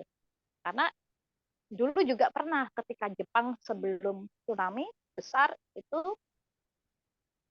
kami berdoa, itu malah bukan saya aja, tapi beberapa orang teman-teman tim gitu kan. Dan kami berdoa untuk Jepang dan satu lagi negara mana ya, saya lupa. Dan itu benar-benar terjadi, terutama untuk Jepang. Jadi ketika tsunami itu terjadi, kami kaget kan, loh ini terjadi. Yang di Aceh dulu 2004 itu juga sama. Jadi 2014 itu juga sama. Jadi memang hal-hal yang supranatural seperti ini kan memang tidak diajarkan di gereja gitu. Jadi memang ada beberapa orang yang penasaran gitu loh, terutama teman-teman tim. Nah, sedangkan saya sendiri mengalami yang seperti itu. Kadang saya juga ketika ditanya sulit untuk menjelaskan itu apa. Tapi ketika tadi Pak Doni menyampaikan tentang 7 roh Allah ini, saya kok diarahkan ke sana ya, maksudnya untuk menyaksikan ini, untuk mempertanyakan ini, apakah ini juga termasuk dari pekerjaan 7 roh Allah yang ada di dalam hidup setiap kita, yang itu masuk kepada alam supranatural itu tadi untuk mengerjakan pekerjaan-pekerjaan Tuhan yang tidak bisa dibatasi. Karena kalau kita dengan tubuh jasmani kita kan harus ke sana kan, masuk harus ke Jepang gitu kan, nggak mungkin gitu, harus ke Aceh gitu. Itu kan terbatas. Tapi ketika roh kita ini yang mengerjakan itu kan kita kayak dibawa sesuatu yang tidak terbatas. Itu Pak yang mau saya tanyakan. Oke. Saya rasa itu adalah bagian dari awal bagaimana kita mempraktekkan ketujuh roh Allah, di antaranya yang Ibu Yohana alamin ya. Tapi saya mau mengajak kita melihat kepada skup yang lebih jauh dari itu. Mungkin nggak kepikiran atau mungkin sepertinya belum terfikir gitu ya. Nah, mari kita lihat ini. Oke. Bisa dilihat ya. Ini ada whiteboard ya. Ada whiteboard nggak sih? Ah ya, ada whiteboard. Saya gambarin seperti begini. Benar nggak sih ada whiteboard ini? Yang dilihat teman-teman di... Iya, ada Pak. Oke, ada ya. Nah, saya bukain ini sekarang.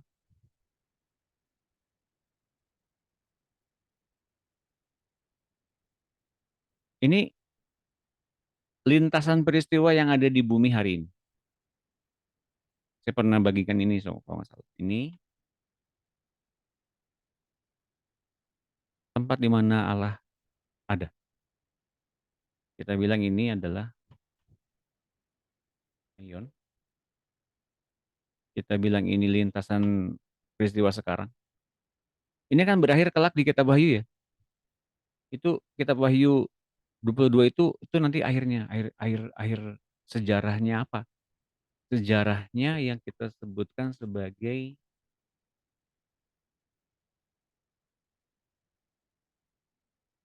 Kronos. Kok hilang? Bikin lagi aja. Ini kan? Kalau kita bilang ini Kronos. Kronologi lah ya. Kronos itu kronologi. Jalannya peristiwa berturut-turut dari kejadian sampai Wahyu. Nah, kita akan ngalamin kelak, tapi ini tempat di mana Allah ada. Jadi Allah mempengaruhi keadaan-keadaan di masa lampau, mempengaruhi keadaan yang di masa sekarang di Kronos ini sampai dengan nanti di Wahyu, bahkan Ia juga mempengaruhi apa yang akan di masa akan datang. Jauh sekali di dunia akan datang. Ataupun sepintas, ataupun satu titik di depan kita, di masa-masa depan kita kayak tsunami gitu ya. Atau tsunami akan ada di mana lagi gitu ya. Nanti akan dikasih tahu oleh Allah di dalam ayatnya. Nah, waktunya Tuhan jamah kita untuk kita mengerti isi hatinya Dia, rencananya Dia adalah Dia mengintervensi, Dia mengintervensi agar kita bisa mengetahui isi hatinya. Ini kita namakan Kairos. Waktunya Tuhan untuk kita melihat dan dilawat oleh Tuhan yang mengenal isi hatinya. Nah, bayangkan teman-teman, ini 3 area yang kita mesti masukin terus-menerus ketika kita punya 7 roh Allah. Yang kita berpikir bahwa, oh saya lagi ke Korea nih, lagi ngomong sama orang Korea, lagi menginjili orang Korea. Ya. Tapi bagaimana dengan 6 yang lain? Ya 6-nya mungkin ke Australia. Yang sisanya lagi 5 kemana? 5-nya mungkin lagi doain orang di Semarang. 4-nya lagi di mana? 4-nya lagi mungkin lagi nggak ngapa-ngapain. Nah, ternyata kita masih belum mengoptimalkan ketujuh roh Allah itu secara optimal, secara apa yang Allah inginkan. Oleh karena itu, sadari ketiga waktu ini. Kronos, dari Kejadian sampai Wahyu itu nanti akan seperti apa. Semuanya ada detail dalam Alkitab sebetulnya. Tapi waktunya Tuhan menjamah kita dan kita bisa mengerti apa yang Tuhan inginkan. Kita perlu masuk ke dalam Kairos ini. Ke dalam hatinya Tuhan. Agar kita kemudian masuk ke dalam alam berpikirnya Allah kita. Seperti apa rencananya, bagaimana orang yang bandel nanganinya seperti apa, orang yang tegar tengkuk bagaimana nanganinya. Dan ketika kita masuk ke hatinya Allah yang kemudian melihat dari zaman ke zaman manusia kejatuhannya seperti apa, kita akhirnya bisa mengerti bagaimana cara Allah bertindak dengan kasih-Nya. Mengerti nggak tuh penjelasan seperti itu? Jadi waktu-waktu yang diberikan pada hari ini sebagai satu hal yang kita mencicipi karunia dunia yang akan datang. Dalam kitab Ibrani dikatakan demikian. Tapi ada 3 tempat. Dunia roh. Kronos, waktunya Tuhan. Ketika kita menyembah dalam roh dan kebenaran, kita kan manifestasi kuasa Allah ya. Jangan berhenti di situ. Nikmati, boleh. Tapi apa yang sedang ia rindukan? Masuk ke dalam.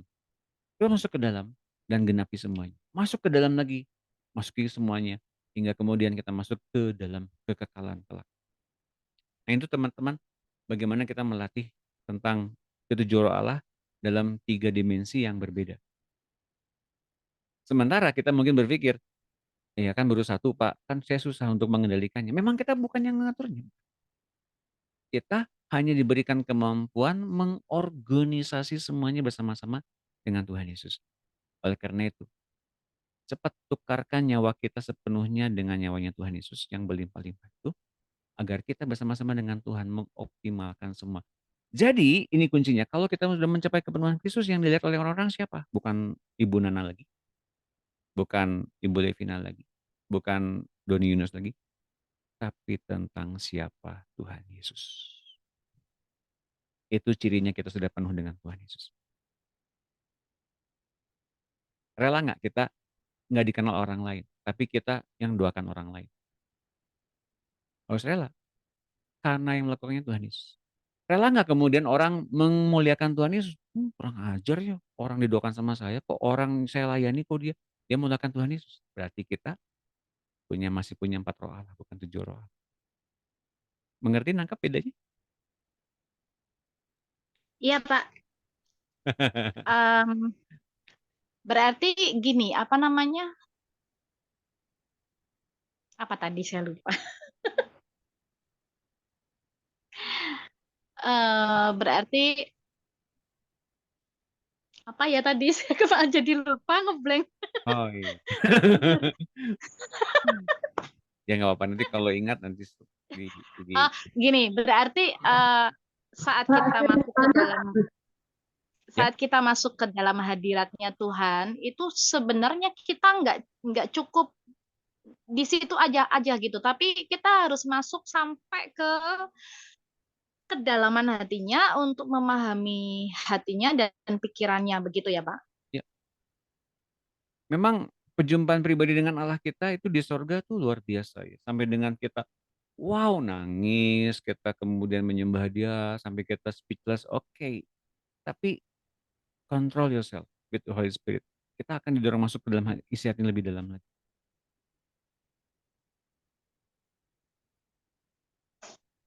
Ya. Kadang-kadang tidak apa namanya, tidak fokus ke sananya, tapi lebih banyak ke yaitu tadi. Ekspresinya. Ya. Ya, sekarang ganti. Lebih banyak ke Masuk lagi. kayak apa namanya? Ganti nyawanya. Ketika ketemu aja udah seneng gitu kan maksudnya. Jadi lupa bahwa ada hal lain yang tidak hanya untuk kepuasan kita gitu Betul. loh. Kadang tuh ketemu udah seneng banget ketemu Tuhan gitu. Ya. Senengnya minta ampun sampai lupa bahwa sebenarnya kita ketemu Tuhan tuh mau apa gitu. Nah, gitu ya. Jadi ganti nyawa cepat-cepat ya. Iya. Nah, ini kata bertukar nyawa ini sebenarnya itu lebih tepatnya ke arah mana? Maksudnya kalau kemarin kan yang Pak Doni sampaikan kan selalu untuk kita dengan cara kayak dengerin firman kayak gitu-gitu. Tapi sebenarnya ada poin tuker nyawa itu sendiri tuh di mengarah ke mana gitu loh, Pak? Maksudnya mengarah ke? Sebentar, saya kok jadi tidak fokus karena mendengar banyak hal sebenarnya. Oke, saya coba pertajam ya. Ganti nyawa itu kita sedang diganti pola pikir kita, perspektif kita, cara kita berkomunikasi, cara kita ngobrol dengan orang, itu diganti dengan caranya Yesus semuanya. Standarnya diganti dengan caranya Yesus. Itu yang... Oh, itu buah yang kelihatan ya? Itu buah yang kelihatan dari ganti nyawa atau memang pertukarannya atau gimana? Ya, artinya yang ditemukannya bukan lagi kita, Yesus. Yang sedang bikin tubuh baru dalam tubuh kita. Berarti yang mengetahui adalah orang lain ya, bukan kitanya, Pak. Belum tentu juga. Kalau kita orang lain akan menikmati hanya sebagian kecil aja, saya kasih tahu. Karena sebetulnya yang sedang ingin diproyeksikan yang pertama kali kitanya ini dulu. Kitanya ngalamin Tuhan nggak sih sebetulnya? Jadi saya mau pastikan gini, kesehatan jiwa kita, kesehatan nyawa kita, itu mutlak Tuhan perhatikan ketika kita bertemu pribadi dengan Tuhan.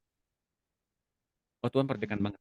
Kalau kita masih belum juga, kita masih belum bisa mengontrol diri kita masih hilang kendali ketika kita gampang nangis, oke lah itu masih boleh ya. Tapi kita kemudian mempunyai satu keteguhan hati untuk Tuhan tuh lagi ngomong apa ya.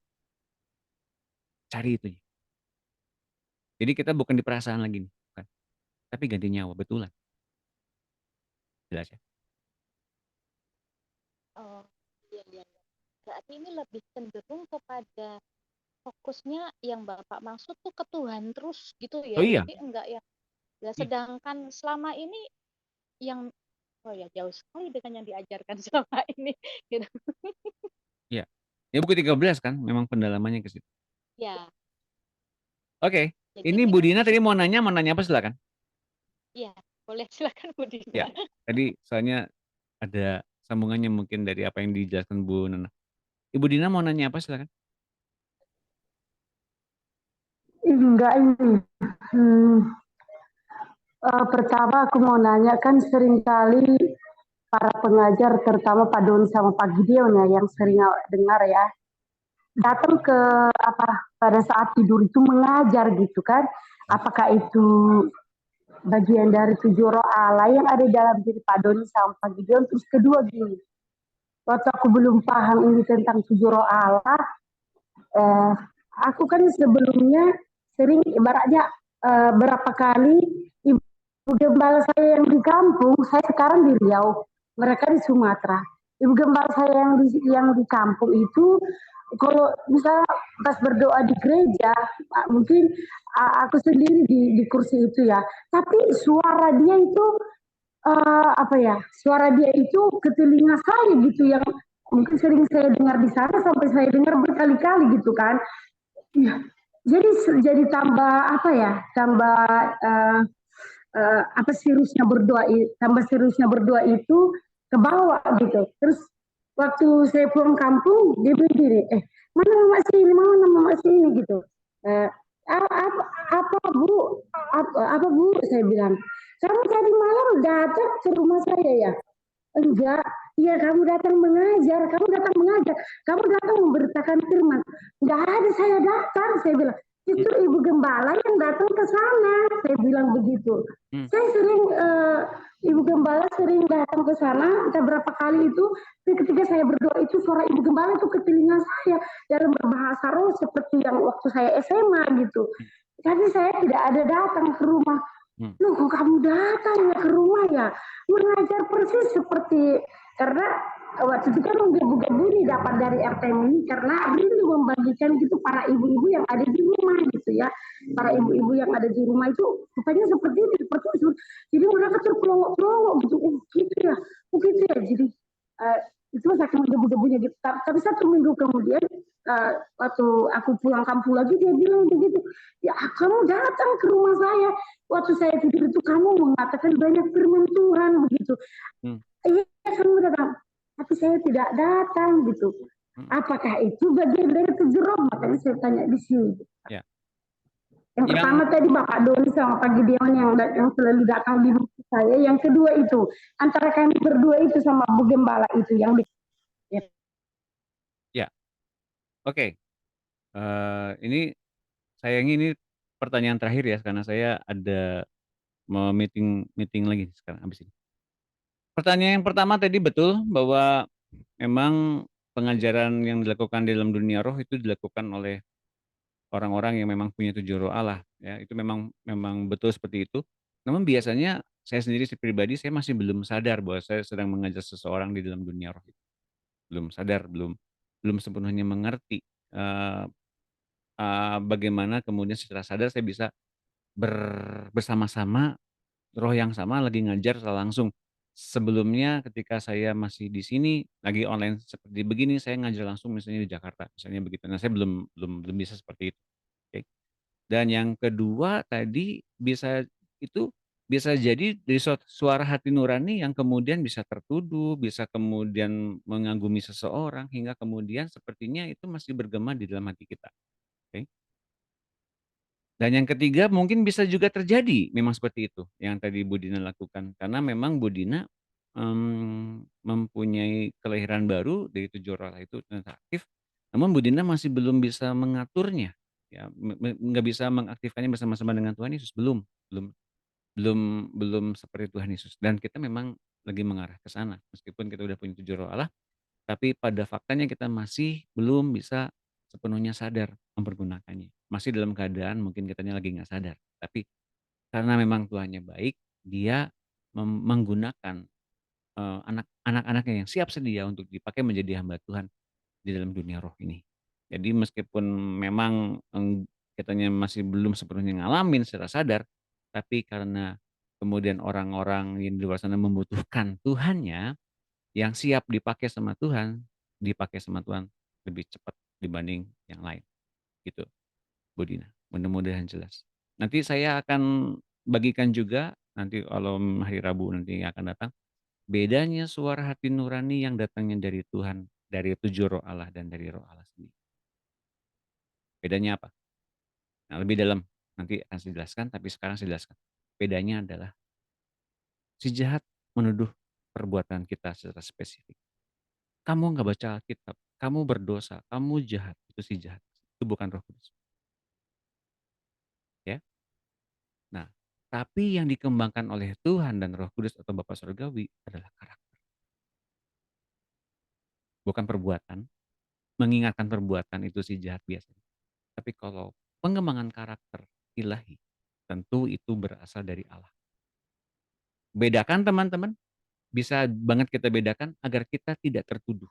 Dan suara hati kita tidak bergema, tidak menuding kita untuk kita ternyata berbuat kesalahan dan berbuat kebodohan dan kita jadinya merasa bersalah padahal nggak seharusnya merasa bersalah. Oke, itu sebagian kecil yang nanti akan saya bagikan di hari Rabu dalam rangka kita belajar buku 1. Nanti, hari Rabu atau hari apa ya? Atau mau libur dulu karena ada acara Natal, teman-teman? Karena banyak Natalan nih. Nanti kita bahas lah ya, bagaimana baiknya ya. Libur dulu. Kalau kami belum Natalan, Pak. Saya juga belum Natalan. Tapi nanti kan saya bahas juga. Ya, sama belum Natalan. Sebaiknya Mengajar aja, Pak. Kami mendengarkan. Oke. Nanti saya akan buka Mengajar aja, Pak. buat programnya bagaimana kita bisa tetap aktif meskipun mungkin sedikit pesertanya. Oke, nanti saya akan putuskan ya. Baik, sayangnya sebentar lagi saya akan ada Zoom meeting lagi teman-teman, mohon maaf. Mudah-mudahan pertanyaan dari Bu Dina terjawab dan juga dari Bu Nana terjawab juga. Dan yang belum menyampaikan pertanyaan tapi banyak pertanyaan silakan nanti hubungin ya di grup, nanti saya akan himpun pertanyaan-pertanyaannya. Ya, nanti saya akan bahas di pertemuan berikutnya. Oke, jelas ya? Baik, yuk kita doa dulu. Bapak Surgawi, terima kasih akan setiap perbuatanmu yang ajaib. Untuk kami kemudian ditanam benih ilahi, kami ditumbuhkan, kami diberikan pertumbuhan yang tepat oleh-Mu Bapak. Terima kasih akan setiap kasih-Mu yang melawat kami dan buat kami mengalami dalam setiap aspek dimensi roh. Baik itu di Aion, baik itu di Kronos maupun di dalam Kairos-Mu Bapak. Buat kami mengalami Engkau dan buat kami ganti nyawa. Dan 7 roh Allah yang kami miliki bersama-sama dengan Tuhan Yesus. Mari Tuhan Yesus, Engkau yang menjadi kepalanya, menjadi penguasanya, menjadi Tuhannya. Engkau yang mengaktifkan semuanya, bekerja atas semuanya, dan kami mengikuti apa yang sedang Kau pimpin. Untuk kami mengikutinya. Berkuasa atas kami semua ya Tuhan Yesus, dalam setiap perkara dan perbuatanmu yang ajaib itu, dan kami juga menyadari bahwa kami sedang Kau pakai. Tubuh ini sedang Kau pakai untuk menyatakan kuasa. Makasih Tuhan Yesus. Berkati setiap anak-anak-Mu yang melimpah dengan setiap kebaikan, kemurahan, dan setiap berkat yang ajaib yang datangnya dari Engkau. Dan buat 7 roh Allah yang kami punya ini terang semuanya dan tanpa ada yang padam di hari Engkau datang di awan-awan. Terima kasih Tuhan Yesus. Dalam nama Tuhan Yesus kami berdoa mengucap syukur. Haleluya. Amin. Terima kasih teman-teman. Memberkati semuanya. Sehat selalu ya. Terima kasih Pak Doni. Tuhan berkati. Tuhan berkati. Tuhan berkati. Terima kasih semuanya. Sehat selalu. Sampai jumpa di hari Rabu. Tuhan berkati. Sampai jumpa. Sampai jumpa.